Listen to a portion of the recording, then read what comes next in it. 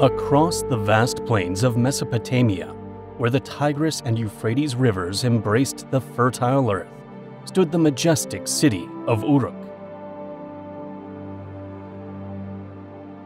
Its gleaming stone walls stretched as far as the eye could see, and its towers seemed to graze the heavens. This was a city of wealth and splendor, a cradle of commerce and culture. Yet it was also a realm of a monarch whose name inspired both awe and fear.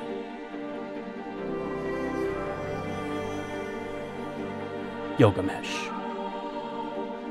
2/3 god and 1/3 man, towered above his peers. Taller than the mightiest warriors and unmatched in strength, he was a giant among mortals.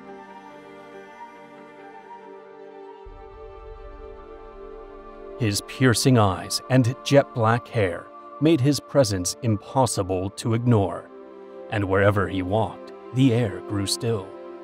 Seated on a throne carved from alabaster and inlaid with gold, he ruled with an iron will, enforcing his decrees without mercy. Though the people of Uruk took pride in their city and their king, they began to feel the heavy hand of his rule. In his relentless pursuit of glory and power, Gilgamesh had cast aside compassion and fairness. He ordered backbreaking labor to build monuments that showcased his greatness, indifferent to the exhaustion of those who toiled beneath the sun. Young men were conscripted into endless military campaigns, and daughters from noble and common homes alike were summoned to fulfill the whims of the king.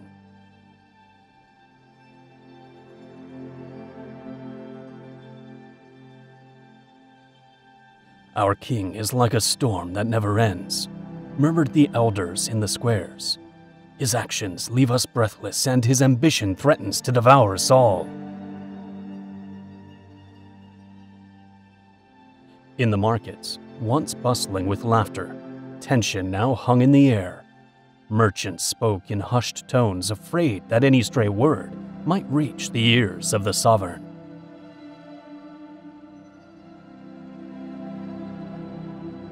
Artists and poets who once sang praises of Gilgamesh's triumphs now questioned whether their verses merely fed his boundless ego.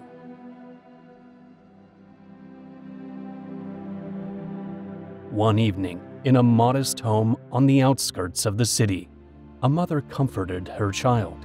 "Why are you crying, mother?" the little one asked. "Because our king has forgotten how to love his people," she replied, sorrow clouding her gaze. "But one day, the gods will hear us." And indeed, the prayers of Uruk began to rise to the heavens. In sacred temples, priests offered sacrifices and chanted solemn hymns, pleading for the gods to intervene. "Anu, great father of the heavens, and you, Aruru, mother of creation, hear the cries of your people," they pleaded. "Send us a sign, a glimmer of hope to restore the balance that has been lost." Meanwhile, inside his palace, Gilgamesh remained unaware of the suffering he had caused. Surrounded by luxury and flatterers, he believed himself untouchable. "There is no one who can match me," he boasted arrogantly at his feasts. "I am the strongest, the wisest, and the bravest. The gods have blessed me. My name will live on forever." Yet, deep within him, unease had begun to take root. His sleep was disturbed by unsettling dreams, visions of shadows trailing him, voices calling to him from afar. Concerned about the kingdom's direction, his closest advisors tried to reach him. "My lord," one said, carefully, "the people are weary. They need relief. Perhaps it would be wise to ease their burdens and hear their pleas."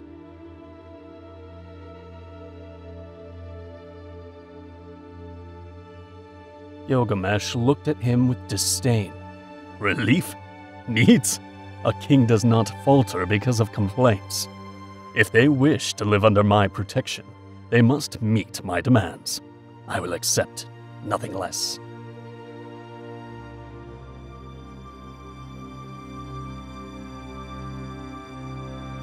And so, the rift between the king and his people grew deeper.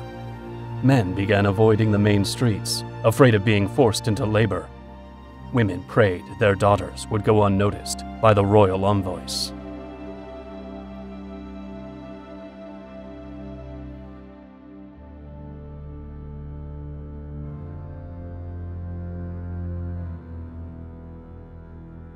The joy that once filled Uruk had faded, replaced by a heavy silence of resignation.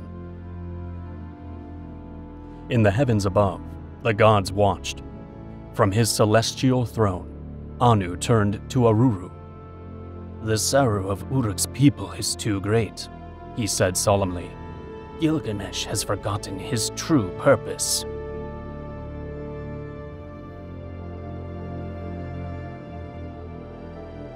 Aruru nodded, worry clouding her gaze. "We must act," she replied. "I will create a being equal in strength, someone to challenge his pride, one who will lead him back to the right path and restore harmony to the world."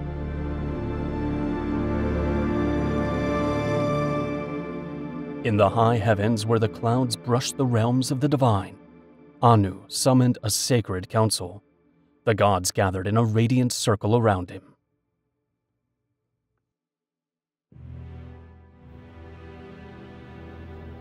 Their faces bore deep concern as they gazed upon the mortal world. The prayers and laments from Uruk had reached their ears, and the balance between the divine and the human teetered on the edge. "The people's sorrow calls out to us," Anu declared in a grave voice. "Gilgamesh, our vision of greatness among men, has lost his way. His unchecked power has sown pain instead of prosperity." Enlil, god of wind and earth, nodded in agreement. "We granted Gilgamesh strength and wisdom to guide his people, but his pride has clouded his judgment. This imbalance must be corrected."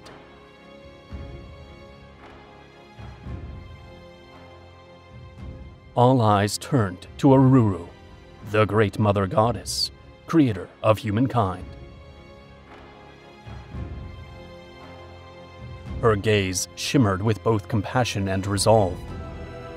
"If the problem lies in a king who has forgotten his purpose, then the solution is to create one who will remind him of his humanity," she proposed.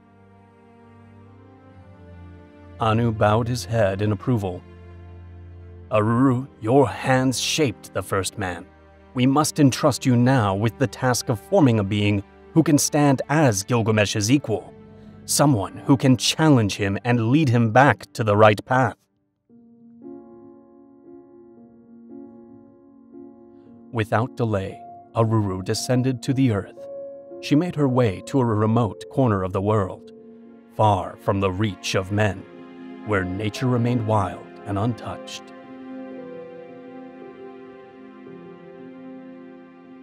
There, in a clearing encircled by ancient trees, she knelt and stretched her hands over the fertile ground. She gathered a handful of damp clay and began to mold it with great care and intention. Her divine fingers shaped a strong and sturdy frame, breathing into it the spark of life.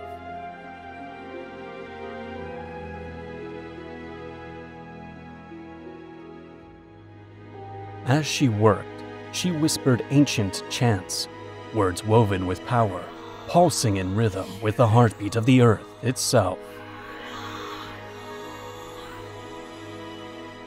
"I give you the strength of the wild beasts, the grace of the gazelle, and the courage of the lion," she murmured. "May your heart remain pure and your spirit unbreakable."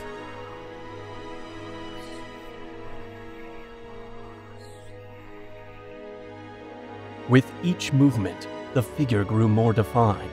Powerful muscles, solid limbs, and a face that radiated the calm of deep forests.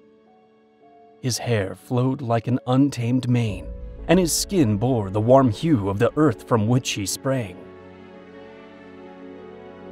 When her creation was complete, Aruru leaned in and gently blew upon the clay man. A soft breeze swept through the clearing, and the leaves above rustled in harmony.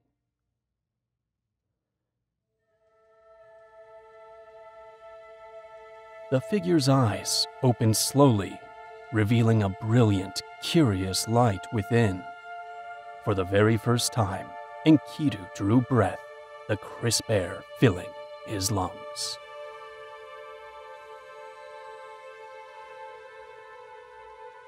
He rose with graceful ease, taking in the world around him with wonder in his eyes. The creatures of the forest, far from fearing him, approached without hesitation. A deer brushed against his hand, a bird landed lightly on his shoulder, and a distant wolf howled in greeting.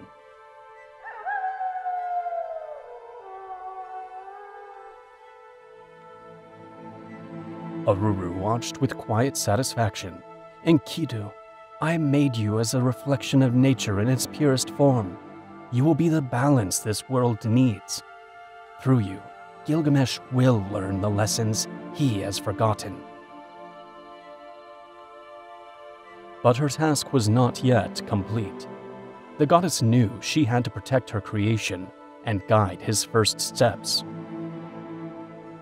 She reached out and touched Enkidu's forehead, transferring instinctive knowledge of the creatures and plants surrounding him. Though he did not know the language of men, he understood the delicate harmony of the natural world.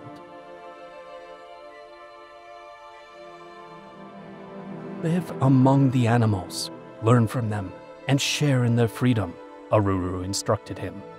In time, your path will lead you to a destined encounter.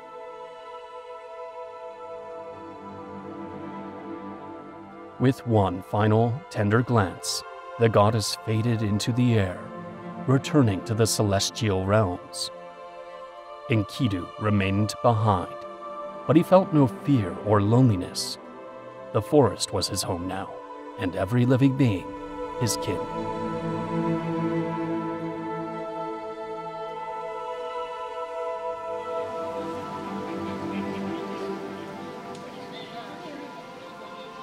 Meanwhile, in Uruk, the people carried on with their routines, unaware of the threads of fate being woven around them.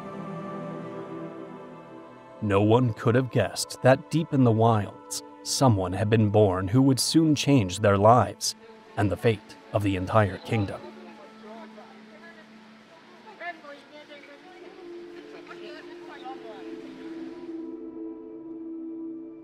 Enkidu ran through the meadows, feeling the grass beneath his feet and the breeze on his face. He drank from clear rivers and nourished himself with wild fruits.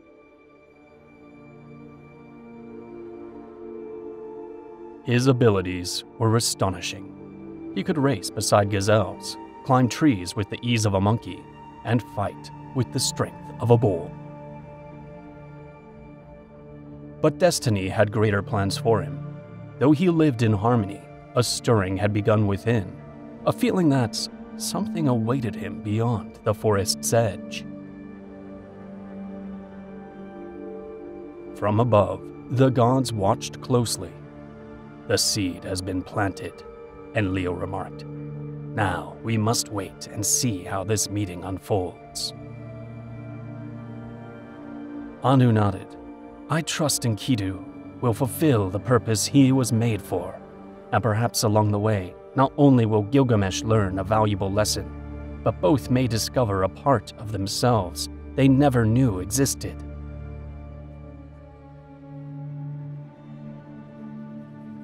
And so, as the sun dipped beyond the horizon, painting the sky in golden hues, the world braced for the inevitable encounter between the Tyrant King and the Wild Man. Two opposing forces, destined to collide, and perhaps, in doing so, bring each other into balance. The prelude to an epic tale that would echo through the ages had begun. The sun disappeared slowly behind the hills, casting an orange glow across the desert. A young hunter, known throughout Uruk for his skill, moved cautiously through the underbrush. For days, he had sensed something unusual. His traps were repeatedly found broken, and the animals he usually hunted had vanished without a trace.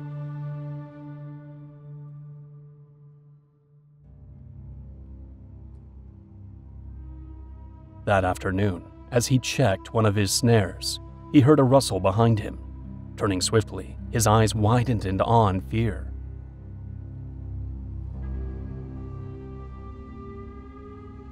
Just a few steps away stood a man with a wild, untamed appearance. His body covered in thick hair radiated strength and vitality. The stranger's eyes gleamed with a fierce, primal intelligence. The hunter watched in stunned silence as the man gently freed an antelope from the trap with surprising ease and care. The surrounding animals showed no fear. Instead, they approached him as though he were one of their own. Not daring to make a sound, the hunter slowly backed away until he felt far enough to be safe. Then turning on his heel, he bolted toward Uruk, heart pounding in his chest.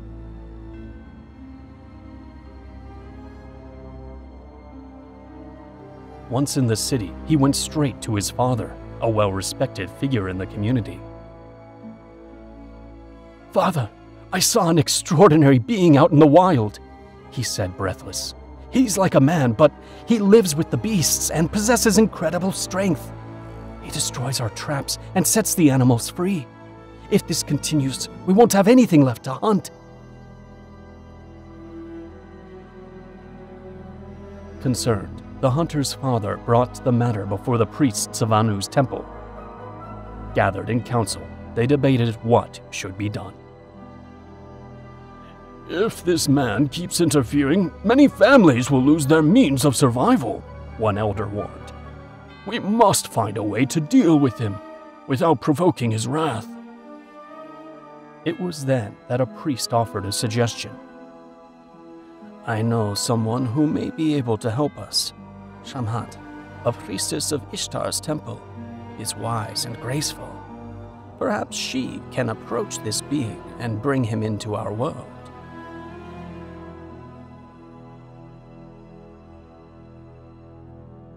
Shamhat, renowned for both her beauty and her deep understanding of the human soul, listened carefully to the request.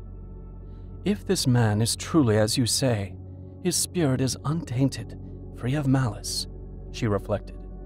"I will do what I can to reach him and guide him toward civilization."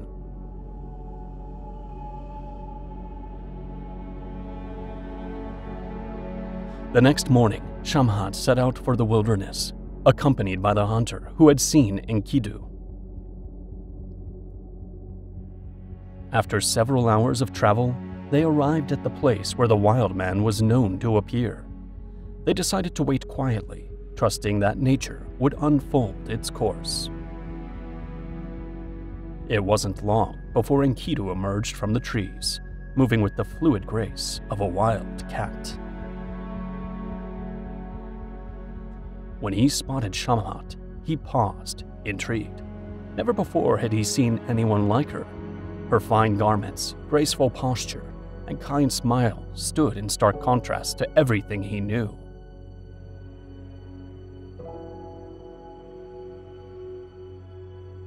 Shamhat approached slowly, careful not to make any sudden movements. "Hello," she said gently, though she knew he likely wouldn't understand the words.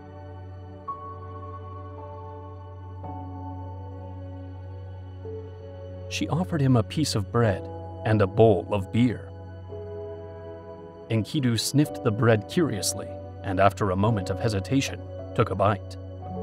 The taste was unfamiliar, but pleasing. The beer, sweet and frothy, brought a warm sensation through his body.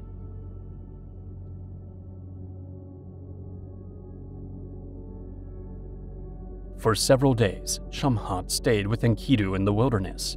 She taught him to communicate through gestures and simple words. They shared meals, laughter, and long quiet moments filled with mutual understanding. Enkidu felt drawn to her, not just physically, but through a deep connection that awakened parts of himself he had never known.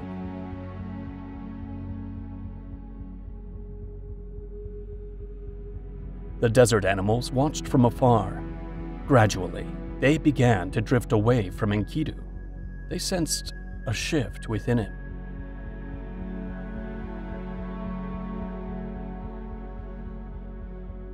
He was no longer entirely one of them. Enkidu noticed the distance growing between him and the creatures of the wild, and a wave of sadness settled over him.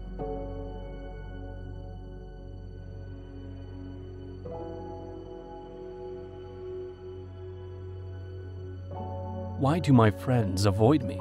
his eyes seemed to ask. Understanding his sorrow, Shamhat explained, "You're beginning a new journey. You're learning what it means to be human. You haven't lost your essence, but now you have a chance to see the world through new eyes." Determined to explore this newfound part of himself, Enkidu agreed to follow her to a nearby shepherd's camp.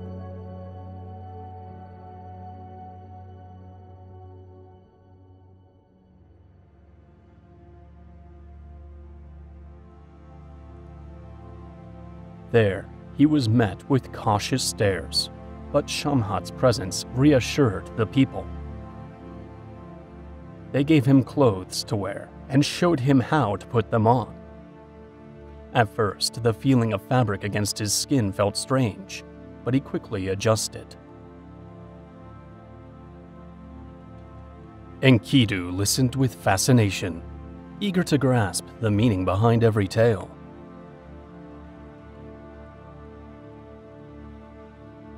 He learned about working together, about farming and celebrating the seasons. With each passing day, his vocabulary grew, and his understanding of human life deepened.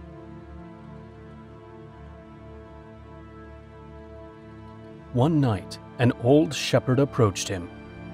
"I see a great spirit in you," he said.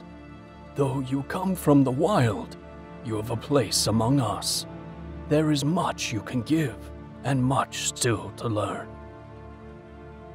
Shamhat remained his guide, his companion. She taught him songs and showed him how to savor life's simple pleasures. The sweetness of ripe fruit, the feel of grass beneath his feet, the scent of flowers at dawn. Enkidu was beginning to understand human emotions, joy, sorrow, empathy. But he also felt the sting of loss. On one visit back to the desert, he searched for the animals that had once been his friends, only to find them distant and wary. He realized that his transformation had come at a cost. "It's the price of growing," Shamhat explained gently. "But you are not alone. Now you have a new family and a new purpose." At last, the time came to journey to Uruk. Enkidu felt ready to see the great city he had heard so much about.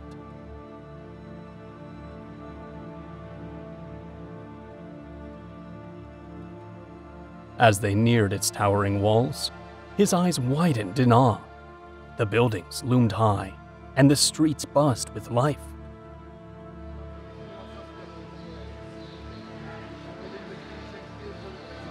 The smells, the sounds, the colors, everything overwhelmed him, yet thrilled him at the same time. Shamhat led him through the markets, introducing him to artisans and merchants.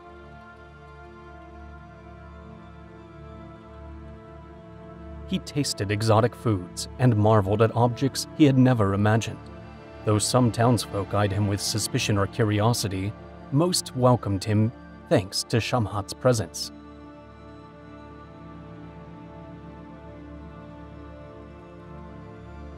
At the Temple of Anu, he watched as people brought offerings to the gods.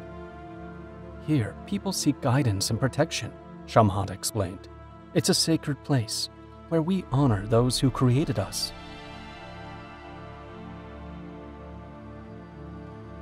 Enkidu felt his journey was only beginning. Each new experience enriched him, offering fresh insights into human life. Still, a relentless feeling stirred within him. He had heard of Gilgamesh, the mighty king of Uruk, and the harshness of his rule. Someone has to do something, he thought. He felt a pull, a need to confront the injustice he sensed.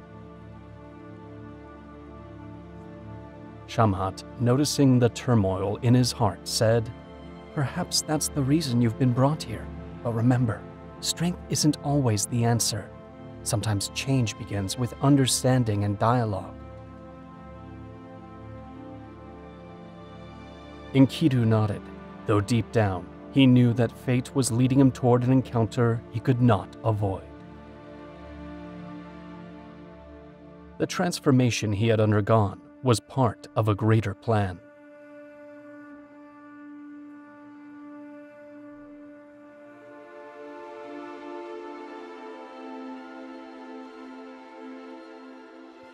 High above, the moon cast its silvery light over the towering walls of Uruk, bathing the city in a quiet, luminous glow. Enkidu, now familiar with human customs, yet still carrying the untamed spirit of the wild, walked steadily through the cobblestone streets, his heart pounded with a mix of curiosity and resolve.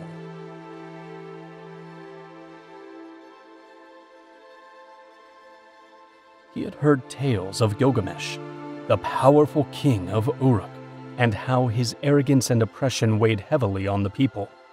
Enkidu felt it was his duty to confront him, to restore balance, and to put an end to the injustice. Meanwhile, within the royal palace, Gilgamesh reveled in a grand banquet, surrounded by nobles and courtiers who praised his feat and fed his pride. He had caught wind of rumors about Enkidu, the wild man whose mere presence challenged his authority. "Who is this one who dares draw the attention that belongs to me?" he wondered, scowling. Determined to assert his dominance, Gilgamesh declared his intention to exercise his royal right to spend the first night with a bride at an upcoming wedding, a practice meant to affirm his absolute power, yet one that stirred bitterness among his people. When Enkidu heard of this, outrage welled up inside him. "I will not let this continue," he vowed. "No more abuse of those who cannot defend themselves." That same night, as the bride and groom's families prepared for the ceremony, Enkidu made his way toward the palace.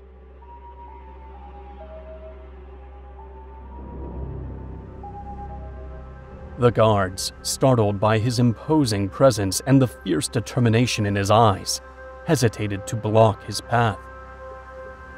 "I've come to speak with the king," he said, his voice steady. Without waiting for approval, he strode through the gates and entered the grand hall.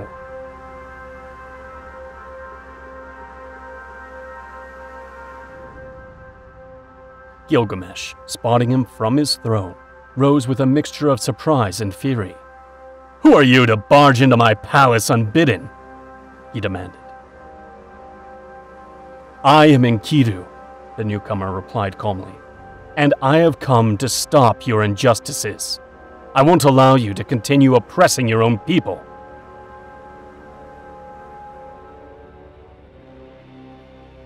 Silence fell across the chamber. The courtier stared wide-eyed, stunned that anyone would dare challenge the king so boldly.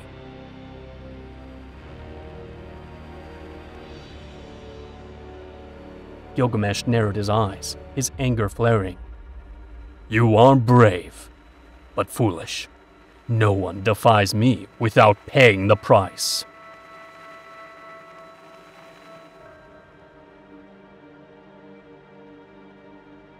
Without warning, Gilgamesh charged toward Enkidu. The two men, equal in height and strength, met in the center of the hall, eye to eye.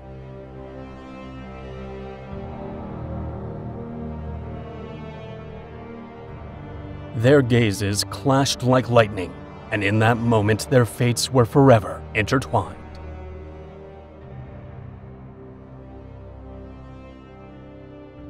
What followed was a battle of epic proportions. The two titans clashed in a struggle that shook the very foundations of the palace.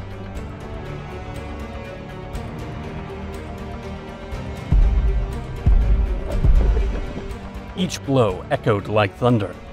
Every move displayed raw power and precision.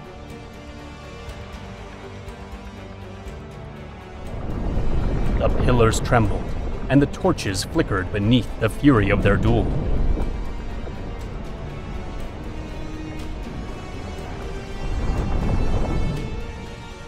Enkidu moved with the agility and endurance he had honed in the wild.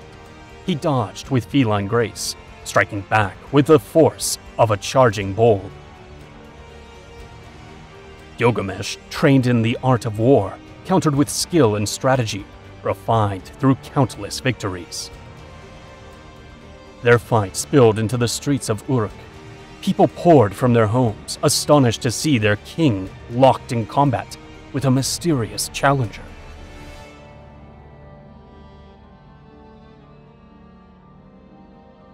Some watched with fear, others with rising hope.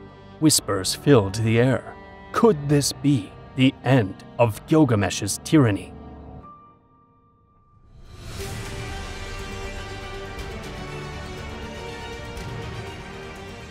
At last, exhausted but unbroken, both warriors came to a halt. Their breathing was heavy, sweat streamed down their faces, and their muscles quivered from exertion. Yet, instead of hatred, something new flickered in their eyes. Mutual respect. Gilgamesh was the first to speak. "Never have I faced anyone like you," he said earnestly. "Your strength and courage are worthy of admiration." Enkidu nodded, acknowledging the king's qualities as well. You're not what I expected. Beneath the pride, I see the makings of true greatness."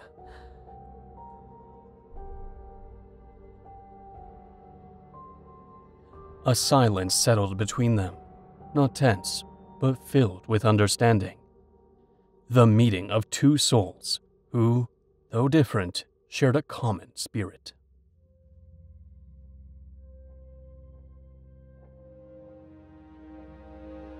Gilgamesh extended his hand. "Friend, let us be companions, not foes. Together we can achieve what no man ever dared to dream." Enkidu grasped his hand firmly. "I accept. Let us learn from one another and seek a purpose beyond ourselves." The citizens of Uruk watched the gesture with awe. News of their reconciliation spread swiftly, and a renewed sense of hope blossomed in the hearts of the people.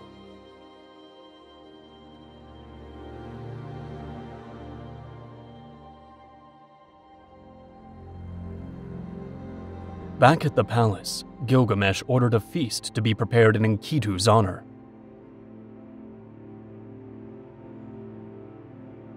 Seated side by side, the two shared stories and laughter. Gilgamesh spoke of his desire to leave a legacy that would endure for generations. Enkidu recounted his time in the wild, and how he had come to understand the value of simplicity and balance. "There is so much in the world we have yet to see," Gilgamesh reflected. "Perhaps, together, we could journey beyond the borders of Uruk and seek challenges worthy of us." Enkidu smiled. "I'd gladly join you in that quest. But first, you must earn the respect of your people. A king is nothing without those he serves." Gilgamesh nodded, recognizing the truth in his friend's words. "You're right. I've been blind to their needs. With your help, I will make things right."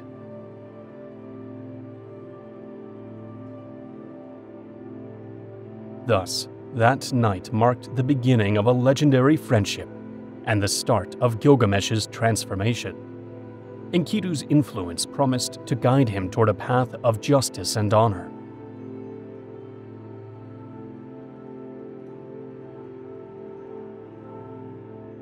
In the days that followed, the two heroes walked the city together.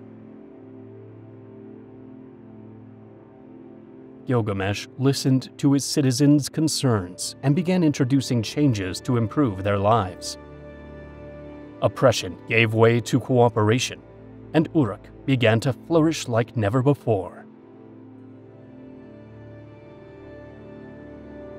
Bound by an unbreakable bond, the heroes stood ready to face whatever fate might bring, trusting that together, no challenge was insurmountable. Life in Uruk entered a time of peace. With the friendship between Gilgamesh and Enkidu firmly rooted, the king had started to rule with greater fairness toward his people.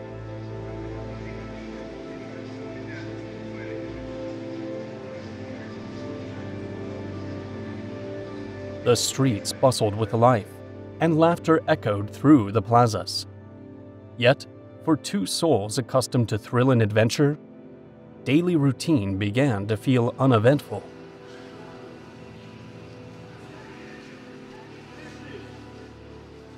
One evening, as the sun dipped beneath the horizon, Gilgamesh and Enkidu sat atop the city's towering walls.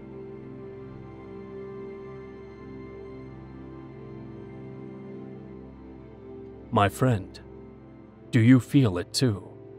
Gilgamesh asked, breaking the silence.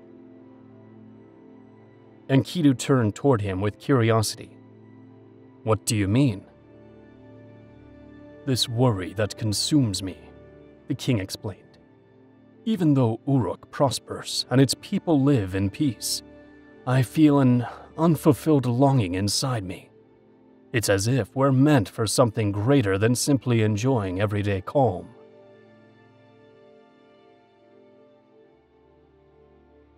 Enkidu nodded slowly. "I know what you mean. The spirit always yearns to go beyond, to grow." Gilgamesh stood, his eyes shining with excitement. "I've been thinking of a way to leave a legacy that outlives us. Something that will secure our immortality in the memory of generations to come."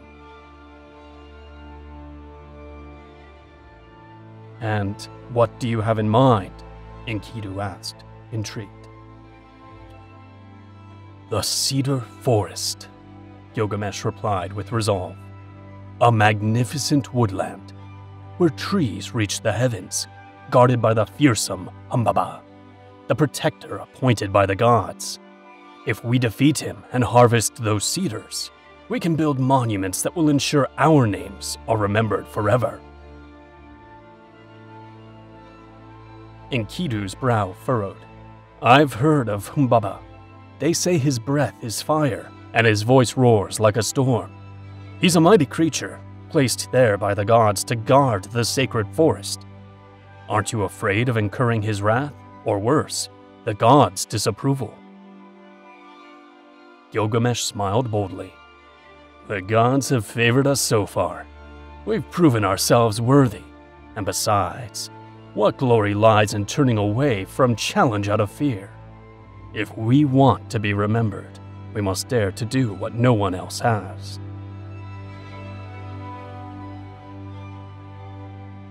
Enkidu gazed out at the horizon, deep in thought. Though he loved adventure, he also respected the divine forces of the world. I understand your desire, Gilgamesh, but we must weigh the consequences. Confronting Humbaba could bring divine wrath, not just upon us, but upon Uruk as well. It's a risk I'm willing to take, the king declared with conviction. I believe our strength and courage will lead us to triumph. I won't sit by as the years pass, leaving no lasting mark on the world.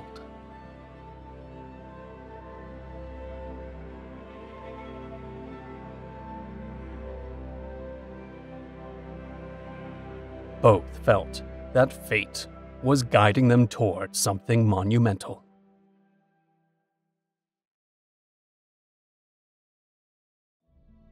News of their upcoming journey spread quickly through Uruk. Some citizens watched them prepare with pride, hoping their deeds would bring glory to the city. Others, fearful of divine retribution, whispered prayers for their safety.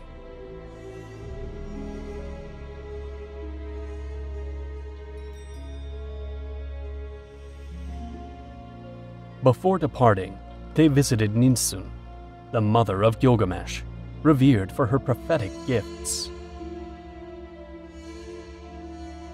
Ninsun performed a sacred ritual, burning aromatic herbs and chanting ancient hymns. My son, the paths you choose are filled with danger, but also with great possibility. I bless you and Enkidu, and I ask the gods to protect and guide you both.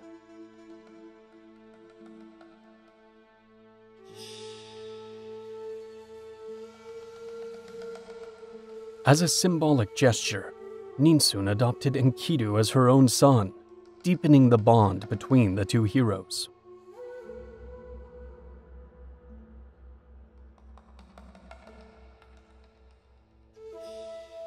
On the morning of their departure, Gilgamesh and Enkidu bid farewell to Uruk under a clear, open sky.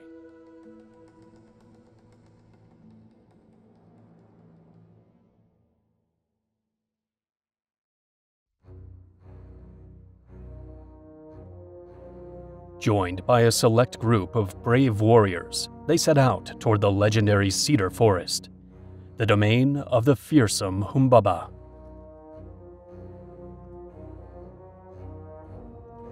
The early leagues of their journey were filled with laughter and camaraderie, but soon the landscape began to change. Fertile plains gave way to dry, mountainous terrain. The paths grew steep and rocky. The vegetation became scarce. The desert sun beat down on them mercilessly by day, while the nights brought biting cold.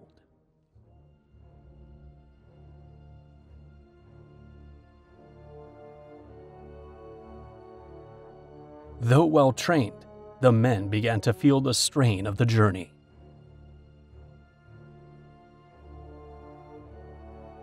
Drawing on his deep knowledge of nature, Enkidu led the group, scouting safe trails and searching for water. This way, he said, pointing ahead. There's a valley where we can rest and replenish our supplies. One afternoon, as they passed through a narrow canyon, they were ambushed by a band of hostile nomads.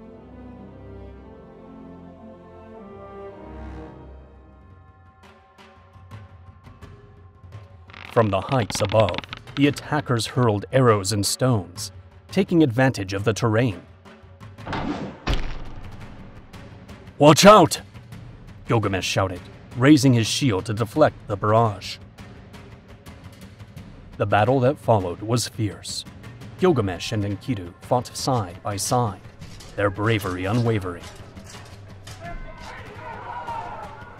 Enkidu, nimble as a gazelle, climbed the rocky slopes to face the archers directly, while Gilgamesh held the ground below, his shining sword cutting through the attackers.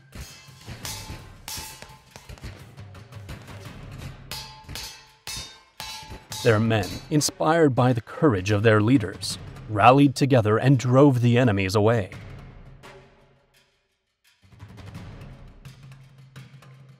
After the skirmish, the group assessed their condition. Some had been wounded, but their spirits remained strong.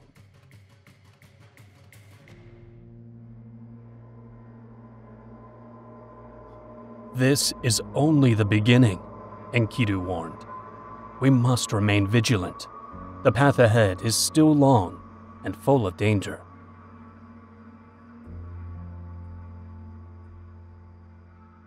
They pressed onward, venturing into shadowy forests, where sunlight barely filtered through the canopy. Twisted trees loomed around them, and strange creatures stirred in the undergrowth, adding to the sense of unease. One night, they camped near a lake with dark, still waters. As they rested, eerie howls echoed through the trees, and branches cracked in the unseen darkness.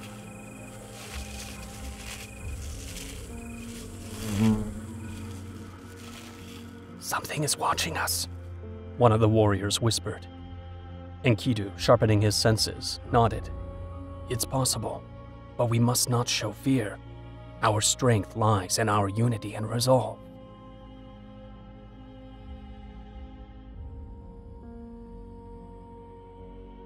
At dawn, they discovered their provisions had been raided, and some weapons were missing. "This forest is toying with us," Gilgamesh said, scowling. "We can't let it defeat us."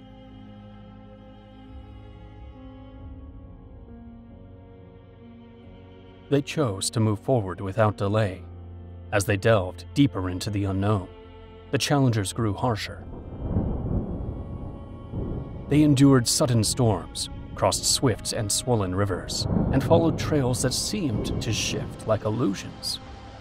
Yet with each trial, their determination only grew stronger.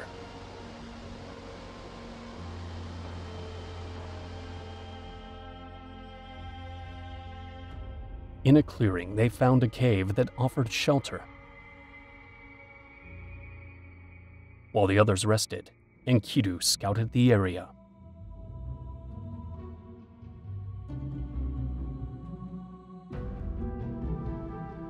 He found ancient inscriptions etched into the cave walls, warning of mythical beasts and looming perils.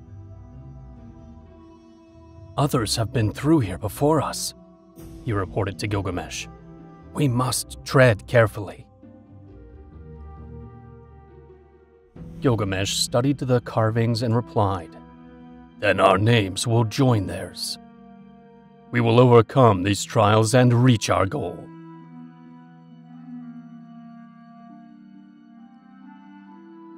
The next leg of their journey led them through a narrow gorge. The ground was unstable, and the rocks above looked ready to fall at any moment. As they advanced, a tremor shook the earth. "Quickly! We must cross now!" Gilgamesh commanded.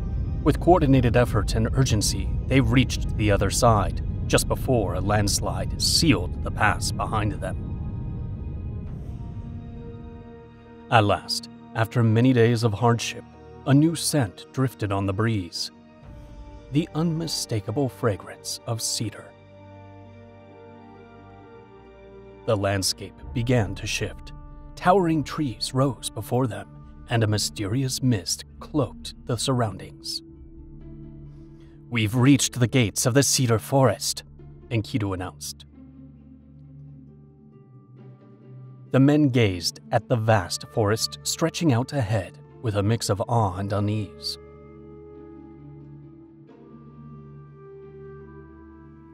The treetops seemed to touch the sky, and a feeling of smallness swept over the group.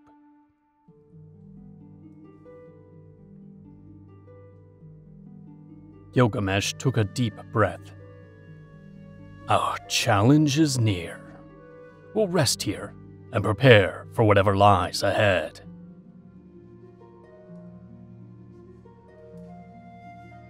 That night, they set up camp at the edge of the cedar forest. A central fire offered warmth and light as the men shared stories, trying to ease the tension that hung in the air.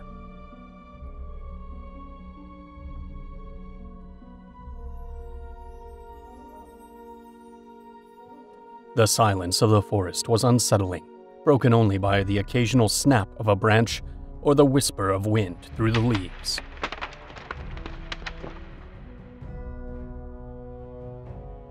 After sharing a modest meal with his companions, Gilgamesh withdrew to his tent to rest. The fatigue of the journey weighed heavily on him.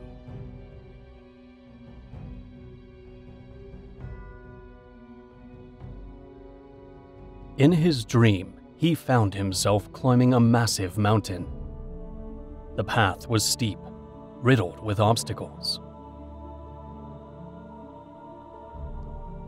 Suddenly, the ground beneath him gave way, and Gilgamesh plunged into a dark abyss.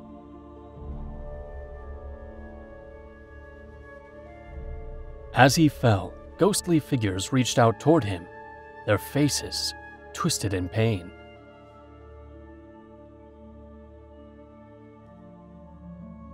He woke with a jolt, his heart pounding. Sitting up, he stepped outside his tent in search of the cool night air. Enkidu, who was keeping watch, noticed his friend's distress. "What's wrong, Gilgamesh? You look unsettled." "I had a troubling dream," the king admitted. "It feels like a sign, but I don't know what it means." Enkidu gestured for him to sit by the fire. "Tell me your dream. Together we'll find its meaning." Gilgamesh recounted every detail: the mountain, the fall, the ghostly figures. Enkidu listened intently, nodding from time to time. When Gilgamesh finished, he paused, then spoke thoughtfully. "Dreams are messages from the gods," he said. "The mountain you climbed represents the challenge we face. The obstacles are trials we must overcome. The fall may symbolize your fears and doubts, but those figures, they aren't enemies. They are spirits warning you and offering guidance." "And what does it all mean?" Gilgamesh asked, still unsettled. "I believe the gods are telling us that while the path ahead will be difficult and full of danger, we are not alone. Your fall isn't a sign of failure, but a chance to grow stronger and wiser. We must stay alert and trust in our abilities." Gilgamesh nodded slowly. "Your words give me hope, but this isn't the first dream I've had. Last night I dreamt of a celestial bull that attacked us, one we defeated by fighting side by side." Enkidu smiled. "That's a good omen. The bull symbolizes a mighty force, perhaps Umbaba or another challenge ahead. The fact that we overcame it together shows that our unity is our greatest strength."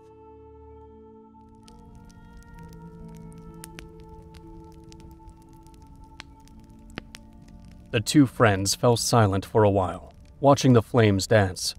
Around them, the rest of the camp slept peacefully, unaware of their leader's worries.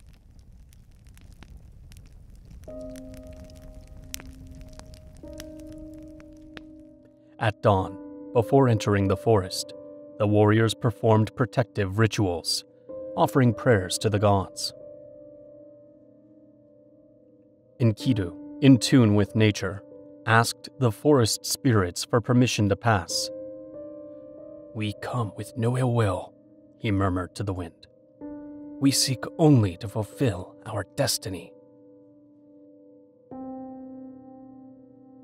The cedar forest loomed before them, massive, mysterious. Towering trees blocked the sunlight, casting the land in an eternal dusk. A thick mist clung to the ground, and the air was rich with the scent of the earth.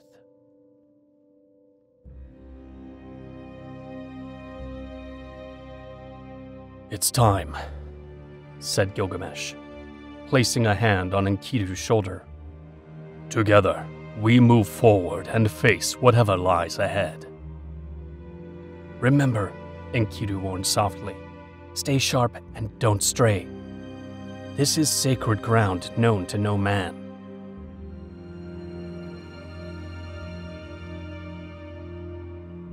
As they ventured deeper, the feeling of being watched grew stronger. Still, their confidence pushed them onward.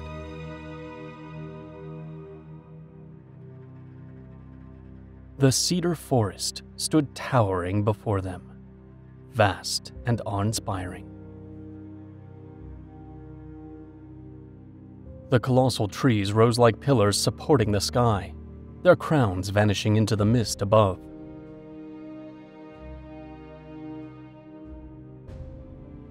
A supernatural stillness cloaked the forest, where every sound seemed to echo through the silence.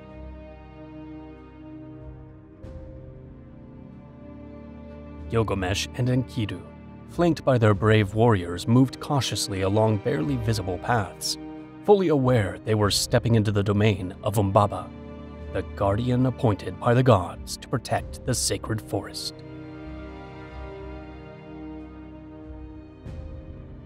As they pushed deeper into the dense woods, sunlight filtered faintly through the canopy, casting shifting shadows that seemed to stir with life.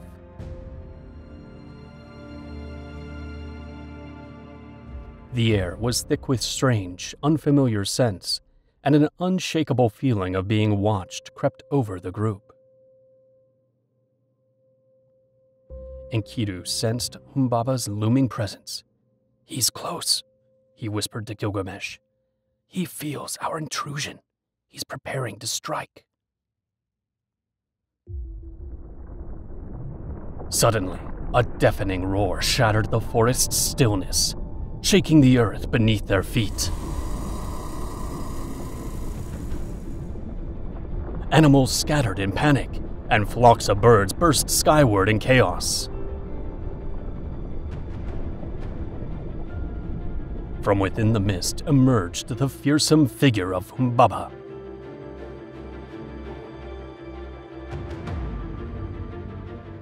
Towering and monstrous, he looked like a being forged from the wildest nightmares, his face a twisted blend of savage beasts. His eyes glowed like embers, and each breath released a noxious vapor that blackened the leaves in its path. "Who dares defile my forest?"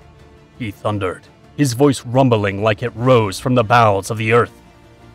"Foolish mortals, this is your end."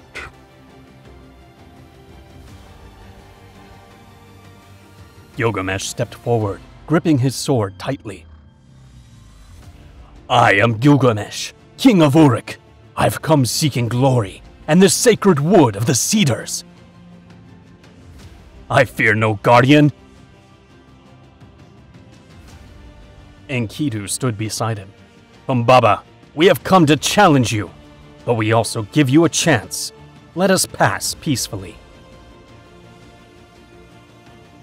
The giant let out a laugh that cracked like thunder.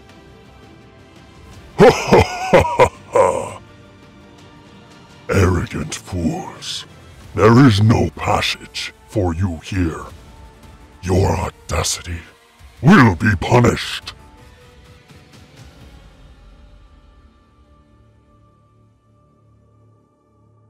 Without warning, Humbaba charged. His massive arm swung down, slamming the ground, and unleashing a shockwave that sent several warriors sprawling. Gilgamesh and Enkidu narrowly avoided the blow, but at that moment they understood. They were facing a force unlike anything they had ever encountered.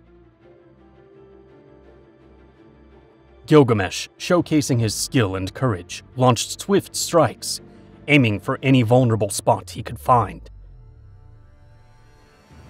Enkidu used his agility to his advantage, darting in to strike and retreating before Humbaba could land a blow. The other warriors tried to help, but the Guardian's sheer power kept them at bay.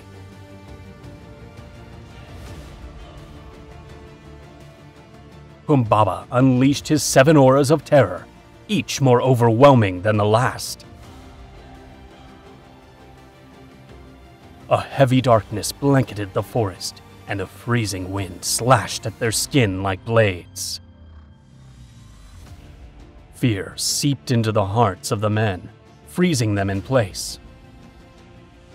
Gilgamesh shouted to rally them. "Do not give in to fear! We are stronger together!"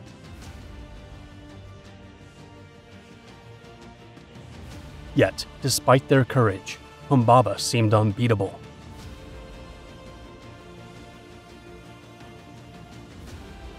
Every wound they inflicted healed quickly, and his fury only grew more intense.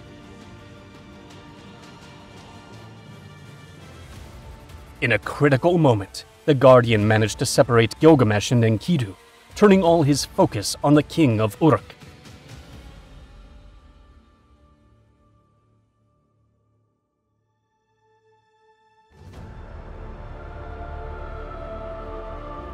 With terrifying speed, he caught Gilgamesh between his massive hands, ready to crush him. This is your end, mortal, Humbaba declared with grim satisfaction. Desperate, Gilgamesh called out to Shamash, god of the sun and justice. "O Shamash, in whom I trust, aid me in this dark hour. Do not let the shadows overcome the light." In answer to his plea, a brilliant ray of sunlight pierced through the clouded-covered sky, blinding Humbaba for an instant. Seizing the moment, Enkidu rushed to his friend's side, and with all his strength struck Humbaba's knee, forcing him to release Gilgamesh.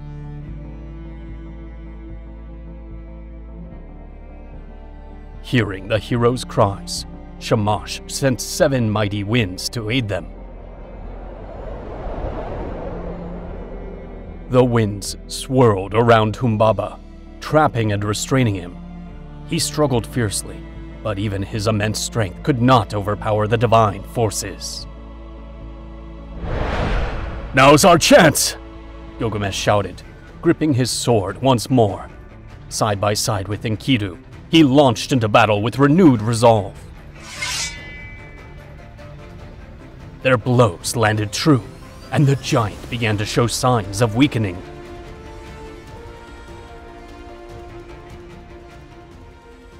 Sensing that his end was near, Humbaba's tone changed. "Stop! He pleaded, his voice trembling. Spare me, and I will serve you. The gods will reward your mercy." Moved by the Guardian's words, Enkidu turned to Gilgamesh. "Perhaps we should spare him. He could be useful, and showing mercy would honor the gods."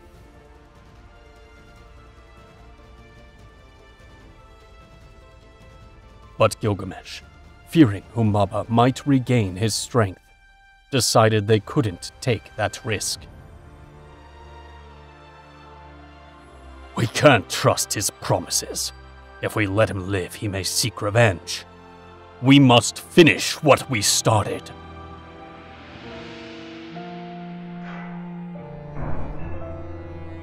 With one final effort, the 2 heroes delivered the fatal blow.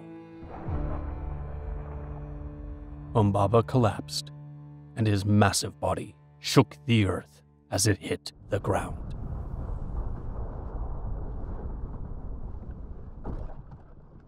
Before drawing his last breath, Humbaba locked eyes with them.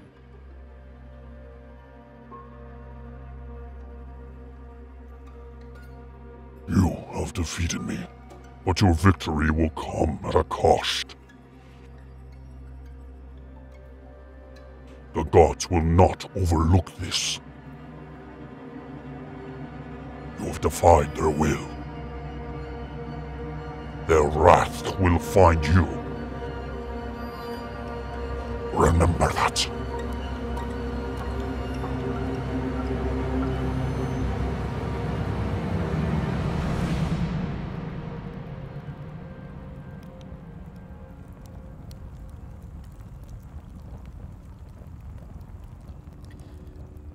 The warriors of Uruk stood stunned, unsure whether to rejoice or fear what had just occurred.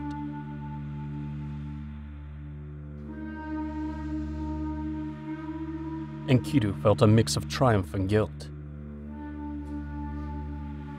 "Perhaps we've gone too far," he murmured. Humbaba was the guardian chosen by the gods.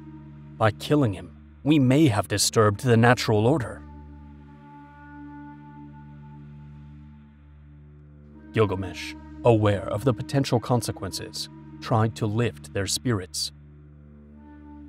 "What's done is done. We've proven our bravery and secured the cedar wood.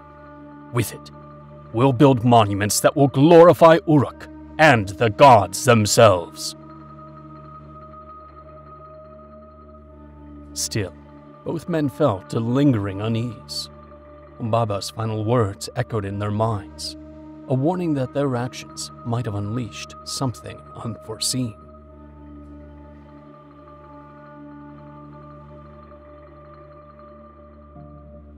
With solemnity, they ordered their men to bury the guardian. Though he had been their foe, they honored his strength and the role he had served.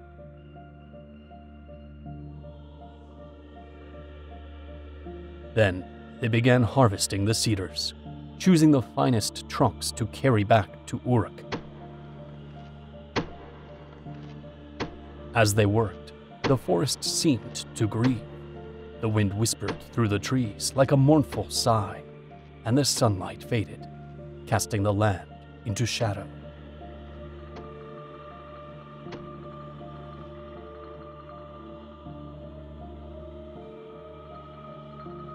From a distance, the animals watched, their eyes filled with sorrow. When the work was done, the warriors loaded the cedar logs onto their carts and began the journey home. The return was quiet, filled with heavy thoughts and reflection.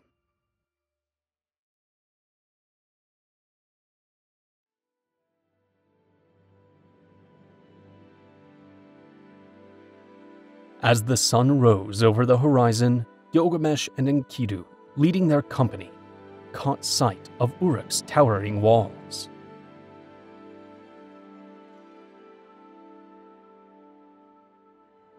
The long shadows of morning stretched across the dusty road, and a cool breeze hinted at a promising day. From the watchtowers, the sentinels recognized the heroes.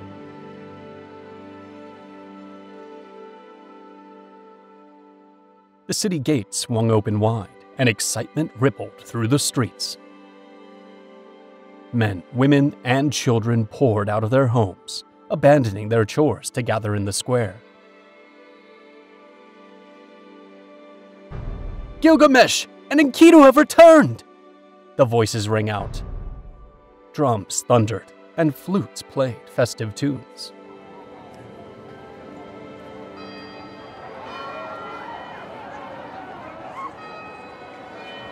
Flowers rained down from balconies, and the air filled with the scent of incense. Joy radiated through the city. With his head held high and a calm smile, Gilgamesh greeted his people with regal grace. Enkidu, walking beside him, was moved by the warmth of the welcome.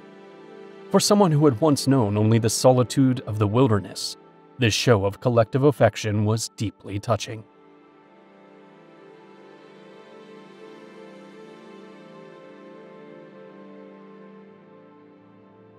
Behind them, the carts rolled slowly, heavy with cedar logs. The reddish wood, rich in scent, gleamed in the sunlight. Citizens marveled at the prized cargo, knowing the value of those trees that grew only in far-off lands.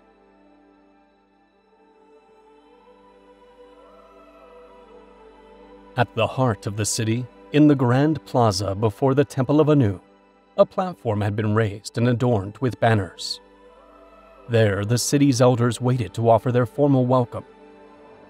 Ninsun, Gilgamesh's mother, stood among them, her expression full of maternal pride. The crowd erupted in cheers. Gilgamesh raised his hand to call for silence. "People of Uruk, it is an honor to stand among you once more. Our expedition has been a success. We bring back the cedar wood and stories to share. This achievement belongs to the whole city that believed in us." Enkidu spoke next, his voice steady yet humble. "I've learned much on this journey, about the world around us and the value of community. Uruk is a special place, and I feel fortunate to be part of it."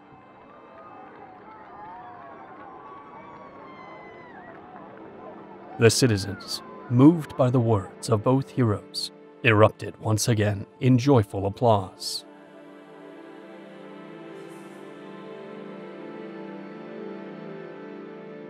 During the celebration, artisans and builders approached Gilgamesh to discuss plans for construction using the cedar brought back from the forest. "With this wood," one architect declared, "we can raise temples and palaces that will withstand the passage of time and become the envy of all other cities."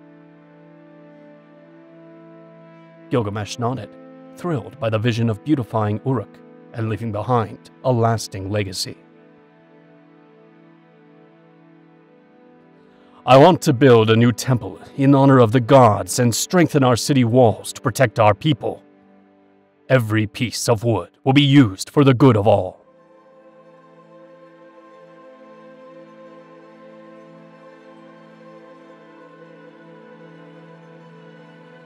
The triumphant return of Gilgamesh and Enkidu marked a turning point in Uruk's history. The structures built from the forest's cedars adorned the city and bolstered its defenses. Yet, on the horizon, fate continued to weave its threads. New challenges awaited the heroes.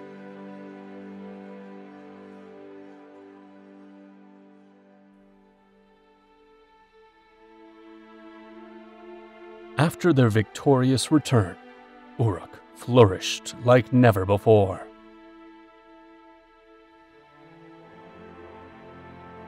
Ishtar, goddess of love and war, watched from the heavens as Gilgamesh's fame grew. Renowned for her unmatched beauty and her power over mortals and gods alike, Ishtar found herself intrigued by the king. His courage, strength, and unwavering spirit had captured her attention. "No mortal has ever achieved so much," she thought. "This Gilgamesh is worthy of my gaze." Determined to meet him, Ishtar descended to the earth in a radiant form, a divine blend of celestial grace and human allure.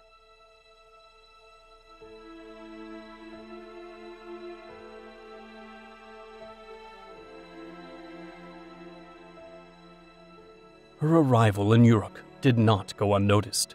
Flowers bloomed in her wake, and the air filled with a sweet, enchanting fragrance.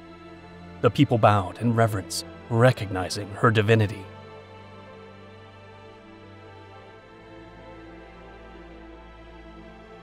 When Gilgamesh learned of such an illustrious visitor, he made preparations to receive her at the palace.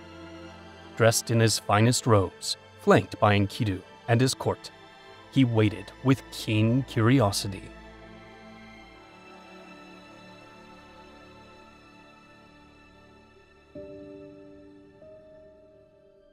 When Ishtar entered the grand hall, everyone was struck with awe. Her eyes sparkled like stars, and her voice flowed like birdsong at dawn. "Greetings, Gilgamesh," she said with a captivating smile. "I've come to personally congratulate you on the greatness of your kingdom." Gilgamesh bowed his head respectfully. "It is an honor to welcome you to Uruk, great goddess Ishtar. Your words are a blessing upon my people." During the banquet held in her honor, Ishtar watched Gilgamesh with growing fascination. She admired his regal bearing, the wisdom in his words, and the passion with which he spoke of his future endeavors.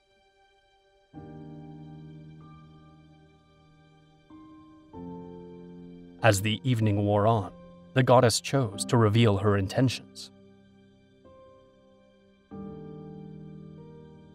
"Gilgamesh," Ishtar began, stepping closer to him, "I have witnessed your achievements and the prosperity you've brought to Uruk. You are a king like no other. Your fame has traveled far beyond these lands. I've come to propose something that would benefit both mortals and gods." The king met her gaze. "I am willing to hear your words, goddess." Ishtar's smile softened. "I want you to be my husband. Together, we would unite the divine and the mortal. I would grant you unimaginable wealth, dominion over nations, and the favor of the gods. Peoples across the world would revere us. Our legacy would be eternal."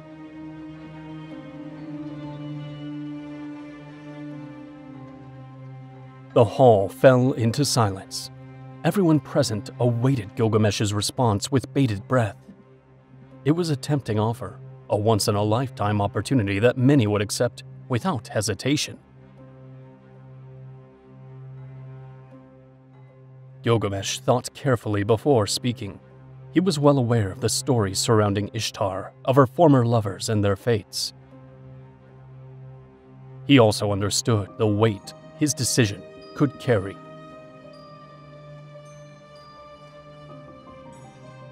"Great goddess Ishtar, your offer honors me, and I am flattered by your interest. Yet I must decline. My loyalty belongs to my people, and to the responsibilities I have embraced as king. I fear that our union, though powerful, may not be wise in the long run. We are of different natures."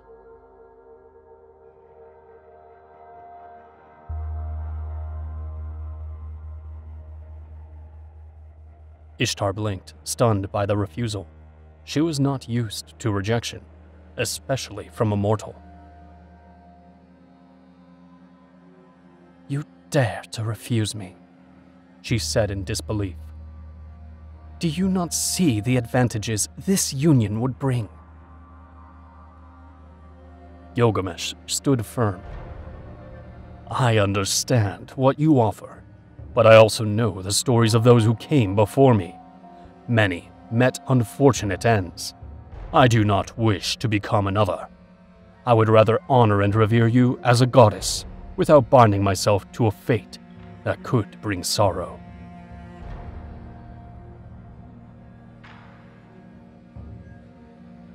Ishtar's expression shifted. Surprise gave way to fury.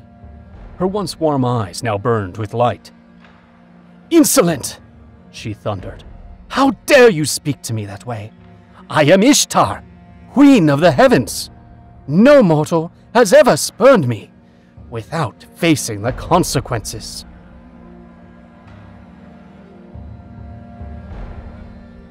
The atmosphere in the hall grew tense. Courtiers stepped back, fearful of the goddess's wrath. Enkidu moved closer to Gilgamesh, ready to defend him if needed.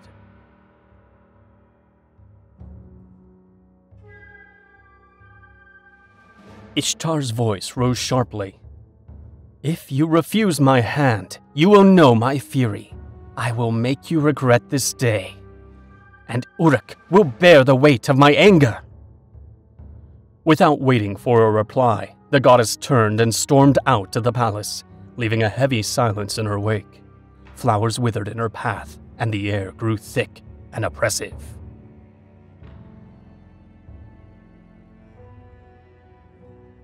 Gilgamesh exhaled, well aware of the consequences his decision might bring.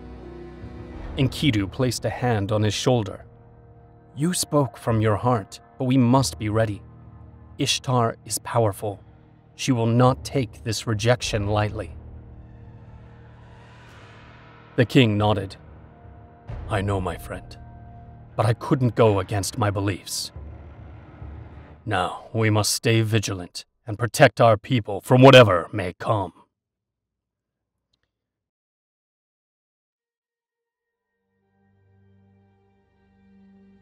Meanwhile, high in the heavens, Ishtar ascended in a fury to the dwelling place of the gods.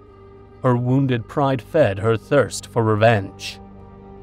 "Father Anu," she cried as she reached the celestial throne, "Gilgamesh has insulted me. He rejected my proposal and humiliated me. I demand justice." Anu, the supreme god, looked at his daughter with calm deliberation. "What is it you seek, Ishtar?" "I want to release the bowl of heaven against Gilgamesh and Uruk. Let them feel the might of the gods and learn never to challenge our will." Anu considered her request carefully. "The bowl of heaven is a force of destruction. If I release it, many lives will be lost. Are you certain this is what you want?" "Yes," Ishtar replied without hesitation. "It is the only way to restore my honor and teach a lesson to those who defy me." Though reluctant, Anu agreed to grant his daughter's wish. "Very well, but remember, every action has its price. So be it."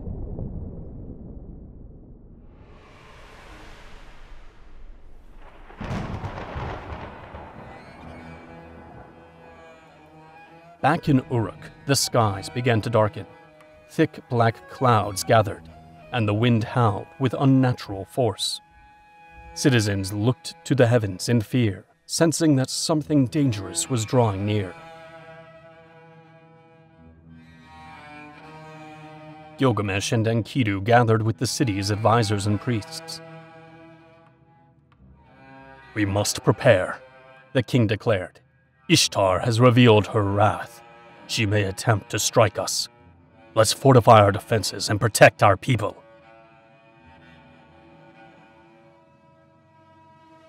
Anu sighed, aware that denying Ishtar could make matters worse. "Very well," he conceded at last.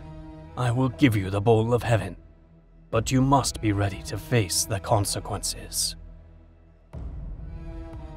With a cold smile, Ishtar accepted the bowl of heaven. A celestial creature of immense power and fury was released from its bindings.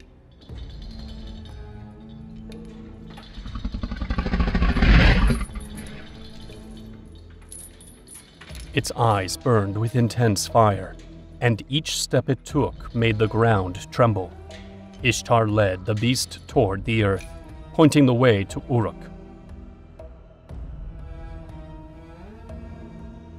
In the city, the people went about their daily lives, unaware of the danger looming on the horizon.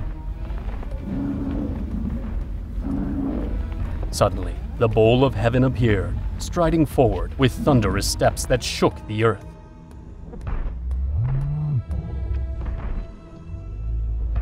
Its snorts were like gusts of violent wind, and flames burst from its nostrils, scorching everything in its path. Reaching the outskirts of Uruk, it let out a deafening roar and began its assault. Crops withered, rivers dried up, and huge cracks split the earth, swallowing all in their path. Panic swept through the citizens as they ran in every direction seeking shelter. Temples overflowed with people praying for deliverance. Upon hearing of the catastrophe, Gilgamesh and Enkidu reconvened in the palace. "This is Ishtar's doing," Enkidu said with resolve. "She unleashed the Bowl of Heaven to take revenge on you and punish Uruk." Gilgamesh nodded, his face grave. "We must act at once. I will not allow my people to suffer for my choices. Enkidu, once again, we must fight side by side." Armed with their finest weapons and protected by armor blessed in sacred rites, the two heroes set out to confront the bowl.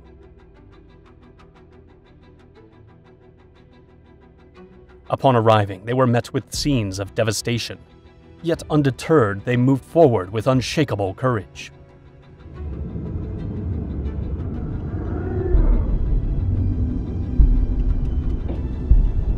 When the Bowl of Heaven spotted them, it charged with explosive rage.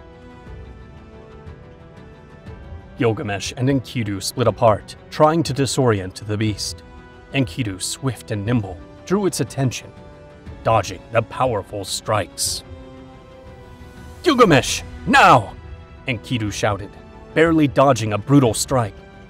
Seizing the moment, Gilgamesh leapt onto the bull's back, gripping its thick hide tightly. The beast bucked and thrashed wildly, trying to shake him off. With immense effort, Gilgamesh held on as Enkidu approached from the front. "We have to finish this together!" Gilgamesh called out. Displaying his incredible strength, Enkidu grabbed the bull by its horns, holding it still for a brief instant. "Now, Gilgamesh!" he urged. With a sharp blade in hand, Gilgamesh struck the creature at its weakest point, delivering a decisive blow. The Bowl of Heaven let out a harrowing roar that echoed across the land.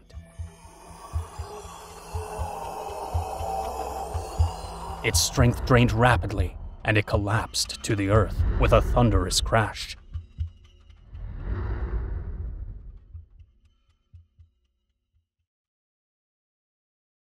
All of Uruk fell silent. Peering out cautiously, the citizens saw their hero standing beside the fallen beast.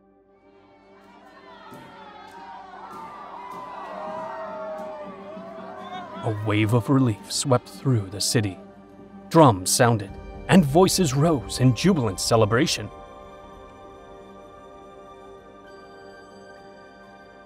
From the celestial walls, Ishtar watched in fury as her creature lay defeated. She descended to earth and stood atop Uruk's ramparts, her voice filled with rage as she cursed Gilgamesh and Enkidu. "Cursed be the both of you," she screamed. "You have slain the Bowl of Heaven. You will suffer. My vengeance has only just begun." Enkidu, burning with anger, shouted back at the goddess. "If you bring harm upon us, we will endure the cost, but we will never bow to your unjust wrath." But Ishtar refused to listen. With a scornful glance, she turned away, leaving the heroes beneath a growing sense of unease. "We've accomplished a great feat," said Gilgamesh. "But we can't ignore her warning. We must be ready for what lies ahead." Enkidu nodded. "Whatever we face it together, my friend. No matter what comes, we stand united."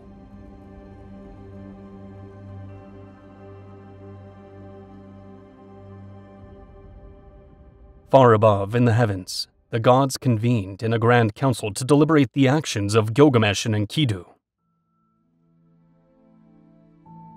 Anu, father of the gods, presided over the divine assembly as Ishtar demanded justice for the offense she had endured. "These mortals have dared to defy our will," Ishtar declared with fiery conviction. "They have slain the Bowl of Heaven, a sacred creature. Will we allow such insolence to go unpunished?" Enlil, god of air and storms, nodded gravely. Their actions cannot go unanswered. They have disrupted the balance between the divine and the mortal. Shamash, god of the sun and protector of Gilgamesh, spoke in the hero's defense. They acted to protect their people. Should we not show them mercy? But Anu, his face unreadable, pronounced judgment. The death of the bull of heaven is a grave offense. One of them must pay with his life to restore the balance.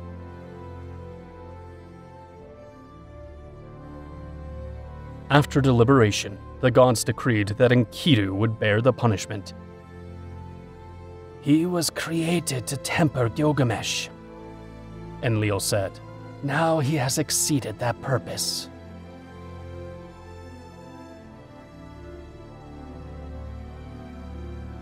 Meanwhile, in Uruk, Gilgamesh and Enkidu were celebrating their victory, unaware of the verdict looming over them.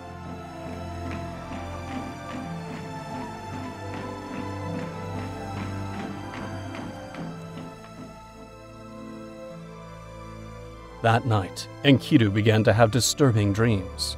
He stood before the gods, who gazed at him with disapproval.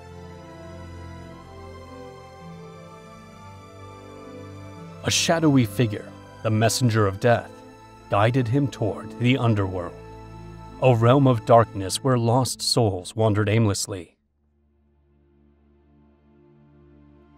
He awoke with a jolt, heart pounding. Gilgamesh, he called out. I had a terrible dream. The gods are angry with us. Gilgamesh tried to comfort him. It was only a nightmare, brother. Shamash protects us. Don't be afraid. But Enkidu couldn't shake the sense of looming misfortune. The next day, he began to feel weak. A fierce fever overtook him, draining his usual strength. Healers and priests were summoned, but none could ease his suffering. Confined to his bed, Enkidu reflected on their deeds. Perhaps the gods punished me for the deaths of Humbaba and the Bull of Heaven, he said aloud. I've defied the divine order. Gilgamesh, stricken with anguish at the sight of his friend's pain, sought answers desperately. I'll go to the temple and offer sacrifices. I'll beg the gods to forgive you and restore your health. Yet, with each passing day, Enkidu grew weaker. In moments of clarity, he shared his thoughts with Gilgamesh. Last night, I dreamt I was in the underworld, he whispered, his voice faint. Everything was cloaked in shadow. I don't want to leave yet. Gilgamesh gripped his hand. Don't speak of that.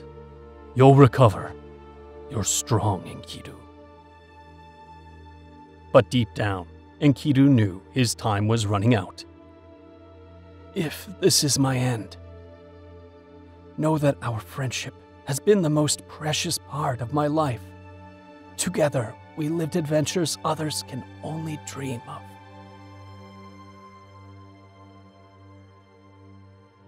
The nights stretched long and silent. Enkidu had visions of the underworld. He saw kings and heroes of the past, all made equal in death, stripped of glory and recognition.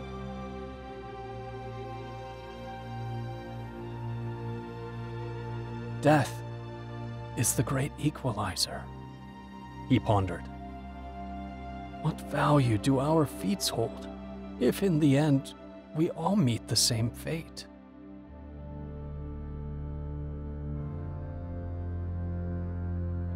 After 12 days of illness, Enkidu felt his strength slip away. Gilgamesh, he murmured, my time is almost gone. Promise me you'll remember our journey and that you'll search for answers to life's great mystery.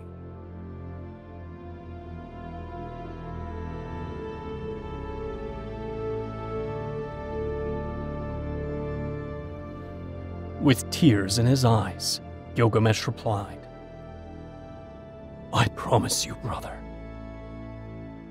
I will make sure your name lives on forever. I won't forget you."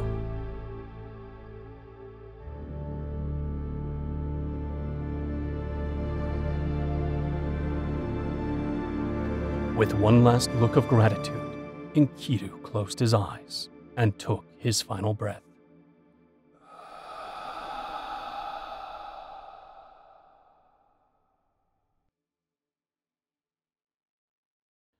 Silence fell over the room. Gilgamesh sat beside him, unable to accept the truth.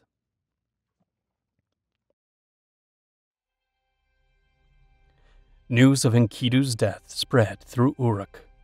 The people mourned the loss of one of their heroes, but no one grieved as deeply as Gilgamesh.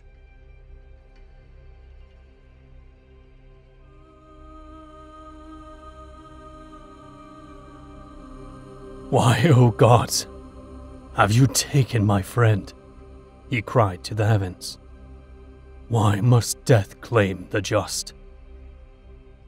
If my fate is to die too, then what's the point of it all?"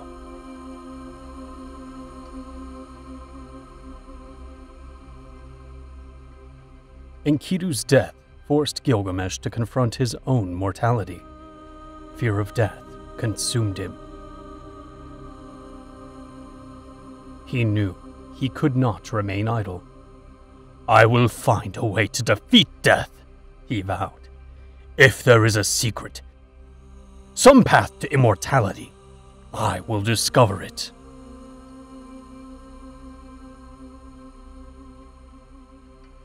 With that resolve, Gilgamesh prepared for a new journey, one that would take him to the edge of the known world in search of Utnapishtim, the only mortal granted eternal life by the gods.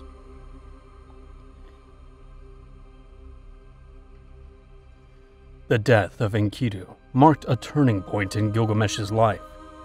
He was no longer the proud, self-assured king he had once been. Now he was a man haunted by existential questions, ready to defy the impossible in search of answers. The king, who once strode proudly through the streets of Uruk, now wandered aimlessly, his face gaunt and his eyes hollow.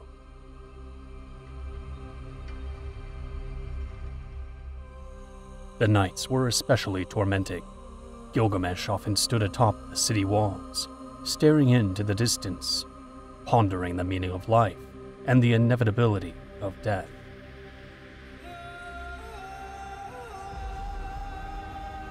"If Enkidu, my brother, could be torn from this world," he asked in anguish, "what hope do I have of escaping the same fate?" Advisors and priests tried to lift his spirits, reminding him of his duties as king. "Your Majesty, your people need you. Uruk flourishes under your reign," they said. But their words fell on deaf ears. Gilgamesh had only one thought in mind: to escape the destiny that awaited him. One day, he realized he could not go on his way. He summoned his mother, Ninsun, and confided in her. "Mother, I've decided to set out in search of Utnapishtim, the only man the gods have granted immortality. I must find him and learn his secret to avoid the fate that claimed Enkidu." Ninsun, her eyes filled with concern, tried to dissuade him.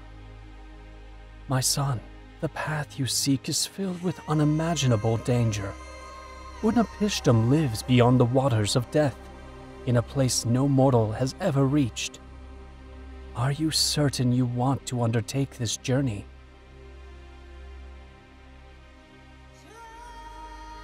"Yes, mother," Gilgamesh replied with unwavering resolve. "I would rather face any trial than passively accept my end. If there's any chance of eternal life, I must pursue it.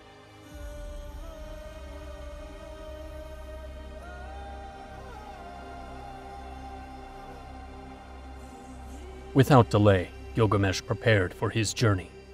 He left behind his crown and royal robes, carrying only what was essential: a bow, a sword, and the determination burning in his heart.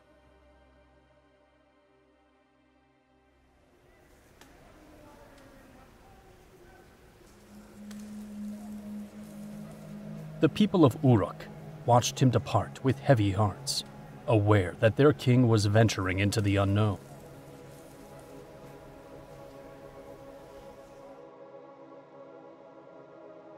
His first challenge was to cross the twin mountains known as Mashu, which marked the boundary between the mortal world and distant, uncharted lands.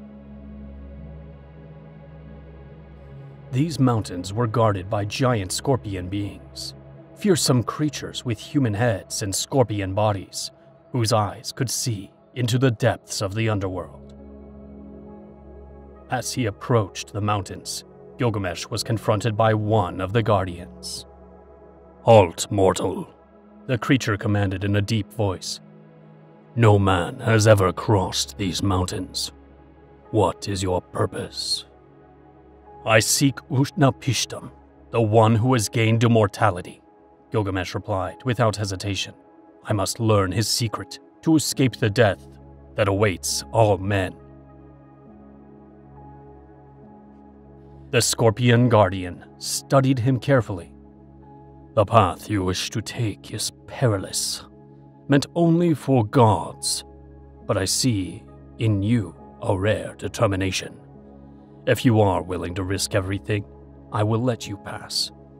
Know this, you will face absolute darkness and trials that will test your very soul."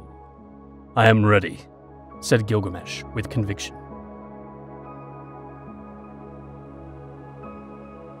With the Guardian's permission, he entered the tunnel that cut through the Mashu Mountains.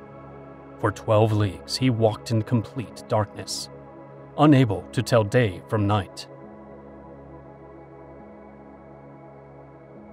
The silence was crushing. Only the sound of his own footsteps kept him company. At last, a faint light began to appear, and he emerged into a landscape of indescribable beauty.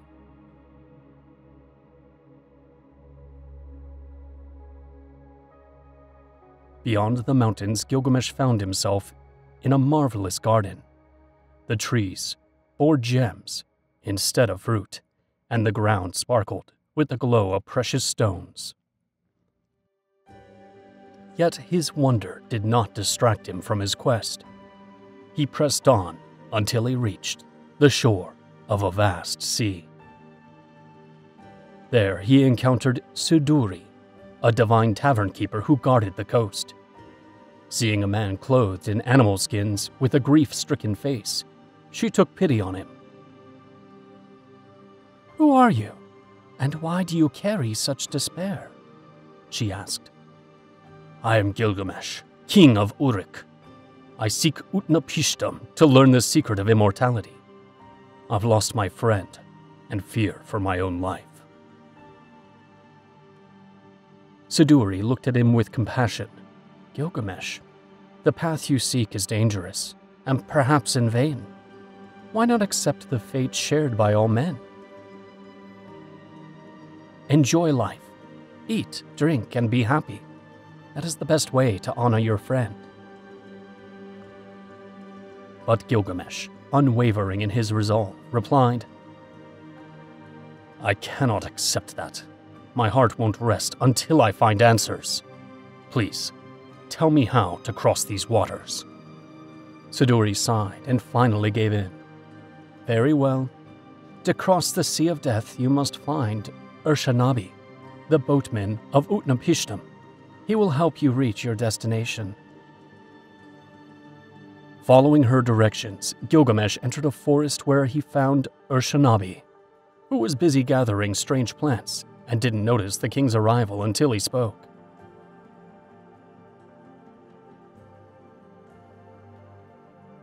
"Are you Urshanabi?" The boatman of Utnapishtim? Asked Gilgamesh. The man, startled, nodded. Who are you, and what do you seek?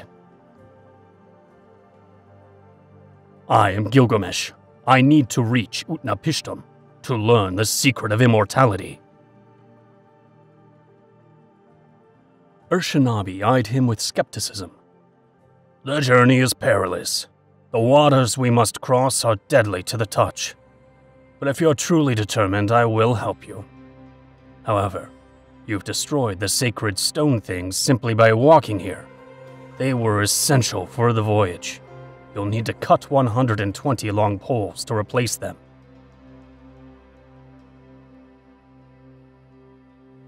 Without hesitation, Gilgamesh did as instructed.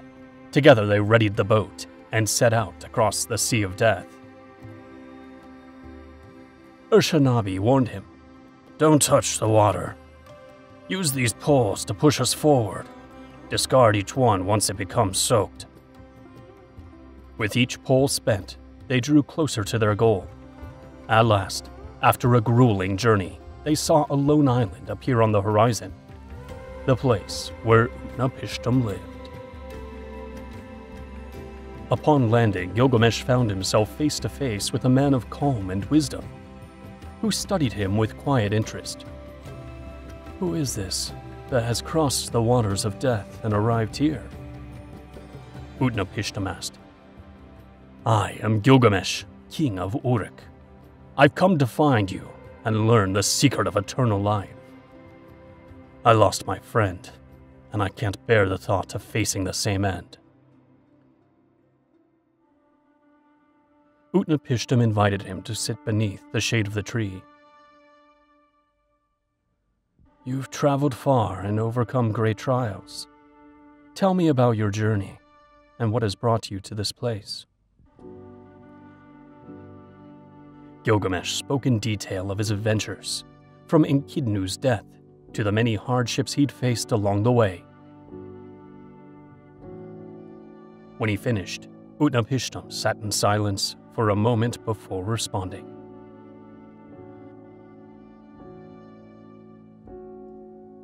Gilgamesh, all mortals must face death. It is the fate the gods have given to humankind. I was granted immortality under extraordinary circumstances, but it is not something easily bestowed. Then there is no hope for me? Gilgamesh asked, his voice heavy with despair.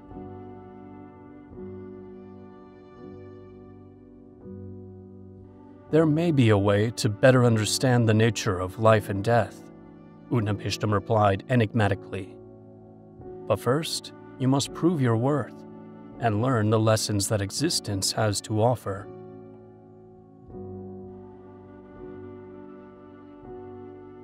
A flicker of hope returned to Gilgamesh's eyes.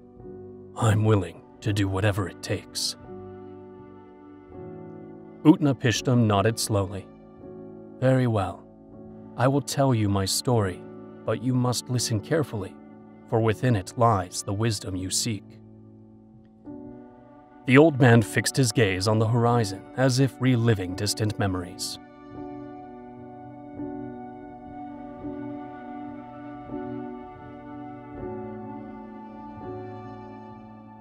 Long ago, the gods decided to send a great flood to cleanse the earth and wipe out humanity, which had fallen into corruption and chaos.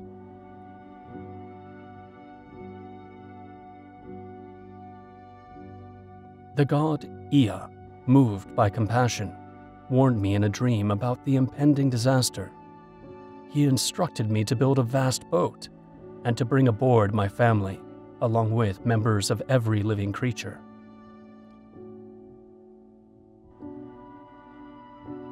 Gilgamesh listened intently, captivated by every word.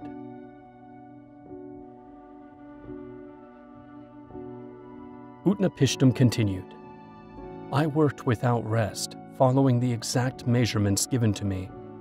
When the time came, the waters swallowed the land.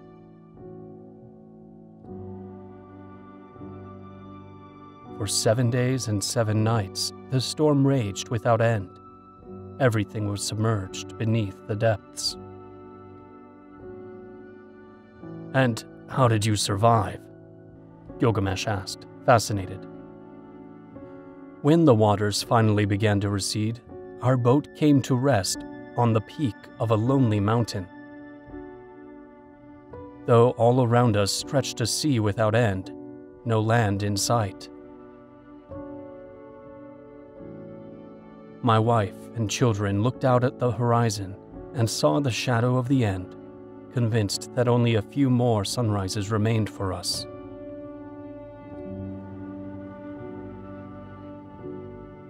In Utnapishtim's eyes, despair and hope mingled, a contrast that spoke of struggle and endurance.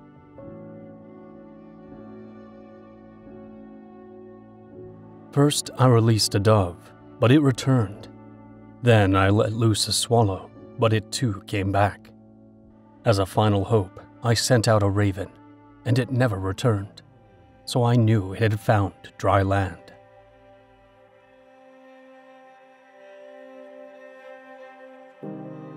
Was that when you were granted immortality? Gilgamesh asked. Utnapishtim nodded. The gods gathered, and though at first they were furious that a mortal had escaped their judgment, they eventually honored my devotion and the courage my family showed in the face of despair. Enlil, god of the air, granted my wife and me eternal life, lifting us into an existence beyond human understanding.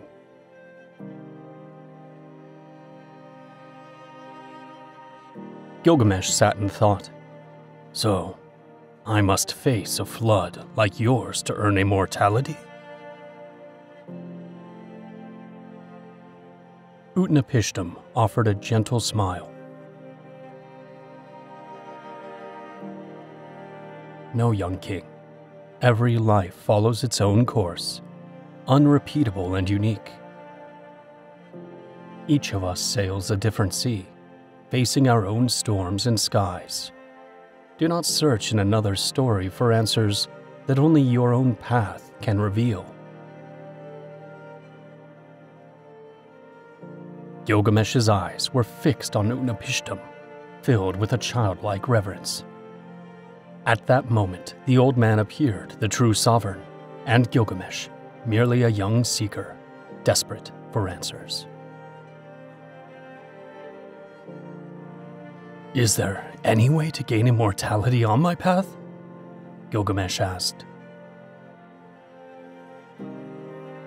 Utnapishtim continued. Life and death are part of the natural order set by the gods. To try and change that is to defy their will. I can't accept that, Gilgamesh insisted. There must be a way. If you received it, why can't I? The old man looked at him with deep compassion. Perhaps you must prove your resolve and understand the limits of human nature. I offer you a test. If you can stay awake for 6 days and 7 nights, you will show that you are worthy to learn the secret of immortality. Gilgamesh, confident in his strength and willpower, accepted without hesitation. I will do it. I won't let sleep defeat me. Utnapishtim led him to a peaceful place where the sound of waves and birdsong created a soothing atmosphere. Here you will sit. My wife and I will witness your effort.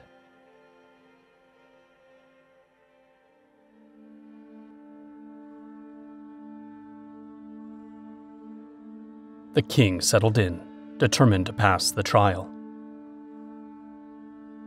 The first hours passed easily. He kept his eyes open, focusing on his thoughts and the goal ahead.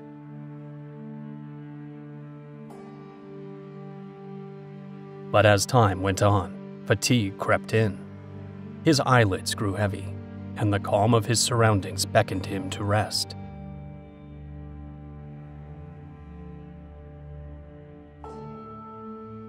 Without realizing it, Gilgamesh drifted into sleep. When he opened his eyes again, the gentle gaze of Utnapishtim and his wife greeted him like a soft awakening.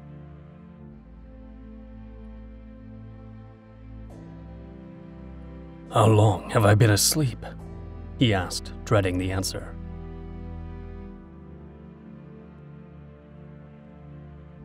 "You slept soundly for 7 days, worn out by the journey that brought you here," Utnapishtim replied. "Sleep is an inescapable need for mortals. You have failed the test."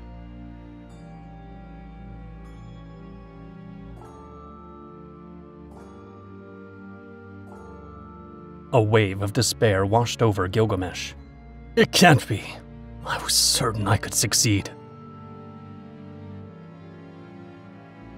"Understand this, Gilgamesh," the old man said. "Immortality is not meant for humans. Even the greatest heroes must accept their mortality. But that doesn't mean your life lacks meaning. Its true value lies in its impermanence."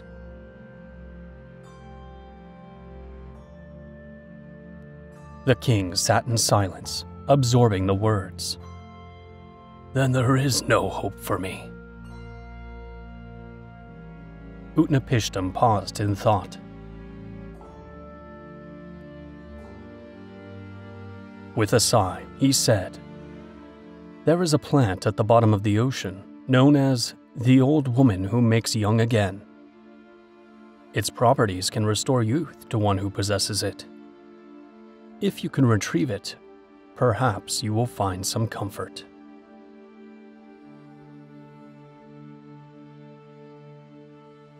With a spark of hope, Gilgamesh resolved to try. Utnapishtim warned him, "The path is dangerous. The plant is guarded by the deep and the creatures of the sea. But if you are truly determined, I will tell you how to reach it."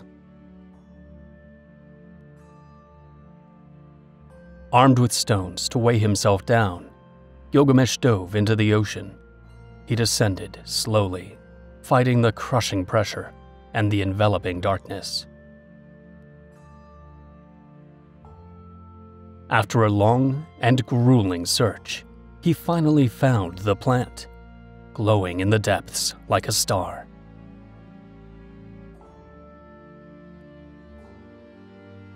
He emerged from the water triumphant.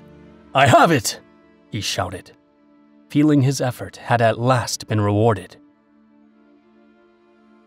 Back on the shore, he chose to rest before testing the plant. "I'll bring it back to Uruk and share its power with my people," he thought generously. While he slept, a serpent, drawn by the plant's scent, crept in silently and devoured it. As it did, it shed its skin and was renewed, slithering swiftly out of sight. When Gilgamesh awoke and discovered what had happened, he dropped to his knees in despair. "All my efforts have been for nothing. Immortality slips through my fingers."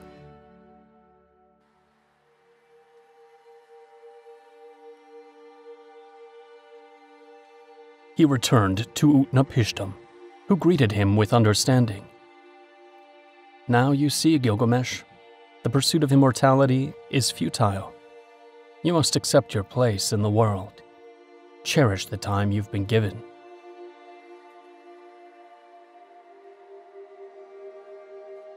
The king of Uruk, though heavy-hearted, began to grasp the wisdom in the old man's words. "Maybe true immortality lies in what we leave behind, in how we're remembered," he said.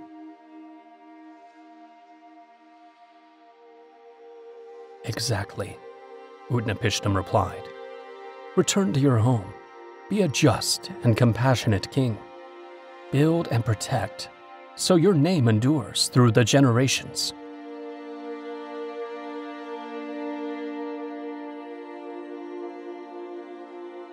With a new perspective, Gilgamesh began his journey back to Uruk.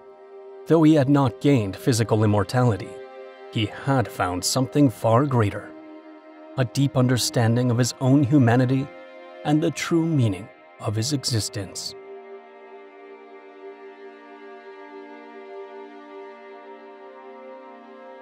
As he walked away, Utnapishtim watched him fade into the horizon, knowing the young kid had taken a crucial step in his personal transformation.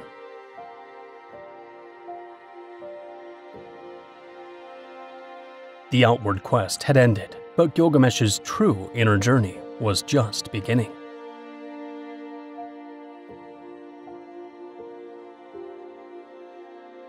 The sun dipped low in the sky as Gilgamesh, weary yet calm, approached the towering walls of Uruk.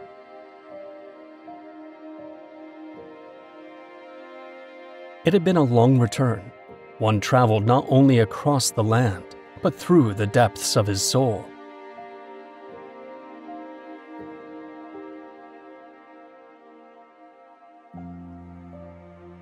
The city's ancient stones glowed in the evening light, and from afar, the hum of everyday life drifted toward him.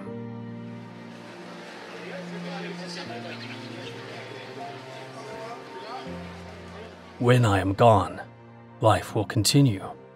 The children of my children will one day forget me, Gilgamesh reflected.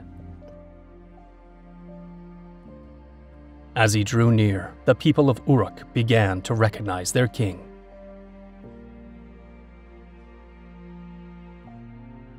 Some paused in surprise, seeing him dressed simply without the symbols of royalty, wearing an expression of quiet reflection they had never seen before.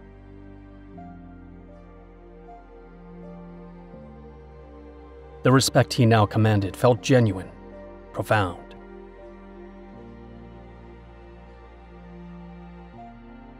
Children pointed with curiosity, and elders whispered among themselves.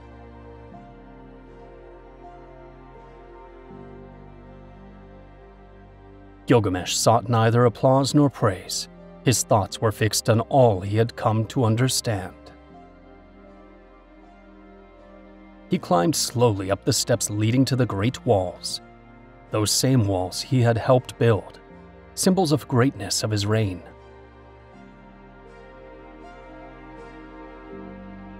From the top he looked out over the city, the streets bustling with life, the lively markets and the temples rising proudly in honor of the gods. "These walls," he said aloud, "are more than defenses. They are the legacy I leave my people. My time in this world is finite, and my memory may fade, but my works will live on through the generations."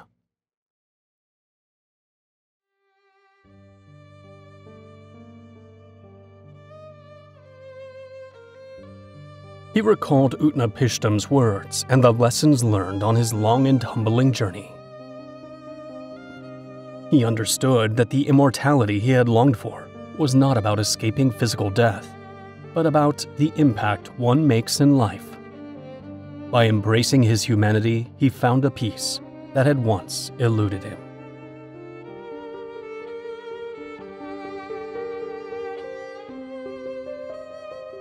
At that moment, he felt a familiar presence beside him.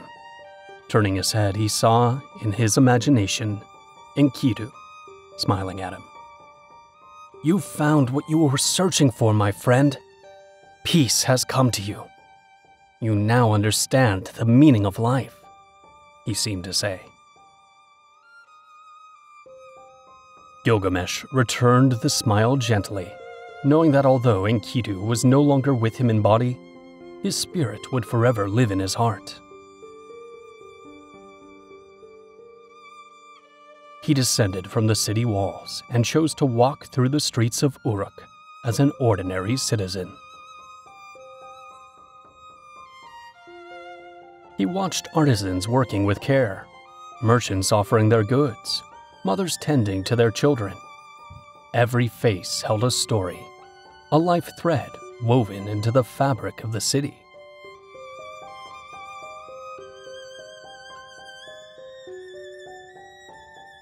The counselors and priests, upon hearing of his return, approached him with respect.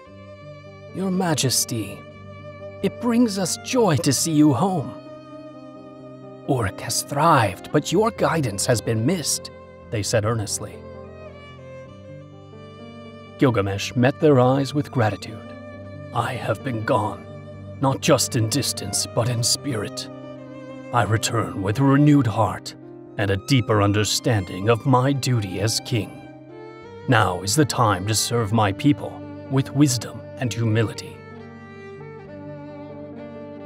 He called an assembly in the city's main square, where citizens of all ages and trades gathered to hear their ruler. Climbing a simple platform, Gilgamesh spoke in a clear and sincere voice.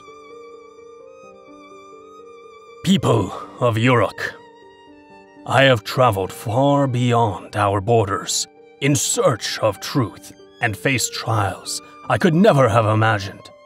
In my quest for immortality, I have learned that true meaning is not found in avoiding death, but in how we live each day and in the legacy we leave behind in others. I promise to rule with justice, to listen to your voices, and to work alongside you to build a prosperous future. I will honor the memory of all who have shaped our greatness. Together, we will make Uruk a city that endures, etched not only in stone, but in the hearts of those who come after us." His words struck a deep chord in the crowd. A wave of heartfelt applause rose among the people. Many felt that something had changed within their king, a transformation that signaled a brighter era ahead.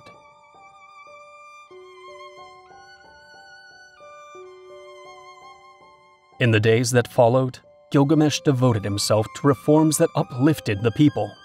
He established schools to promote learnings, initiated major infrastructure projects, and encouraged the flourishing of art and culture.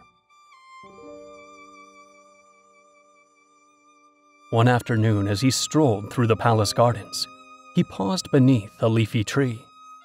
Closing his eyes, he took a deep breath, feeling the cool air and the warmth of the sun on his skin. For the first time in a long time, he felt at peace with himself and with the world.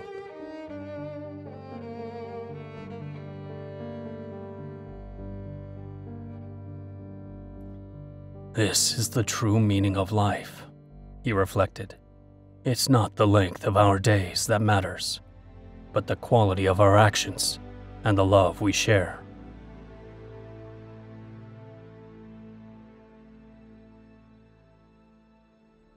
Poets began composing new epics that told of Gilgamesh's heroic deeds, his transformation, and the wisdom he gained. Though Gilgamesh had accepted that his fate was to be forgotten, the tales of his adventures and the lessons he learned were passed down from generation to generation.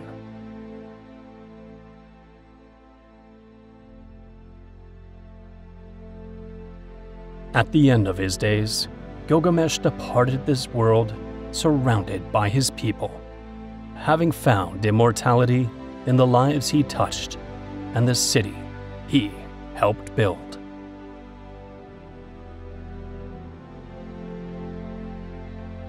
His name became a symbol of greatness, and humanity forever remembered in the pages of history.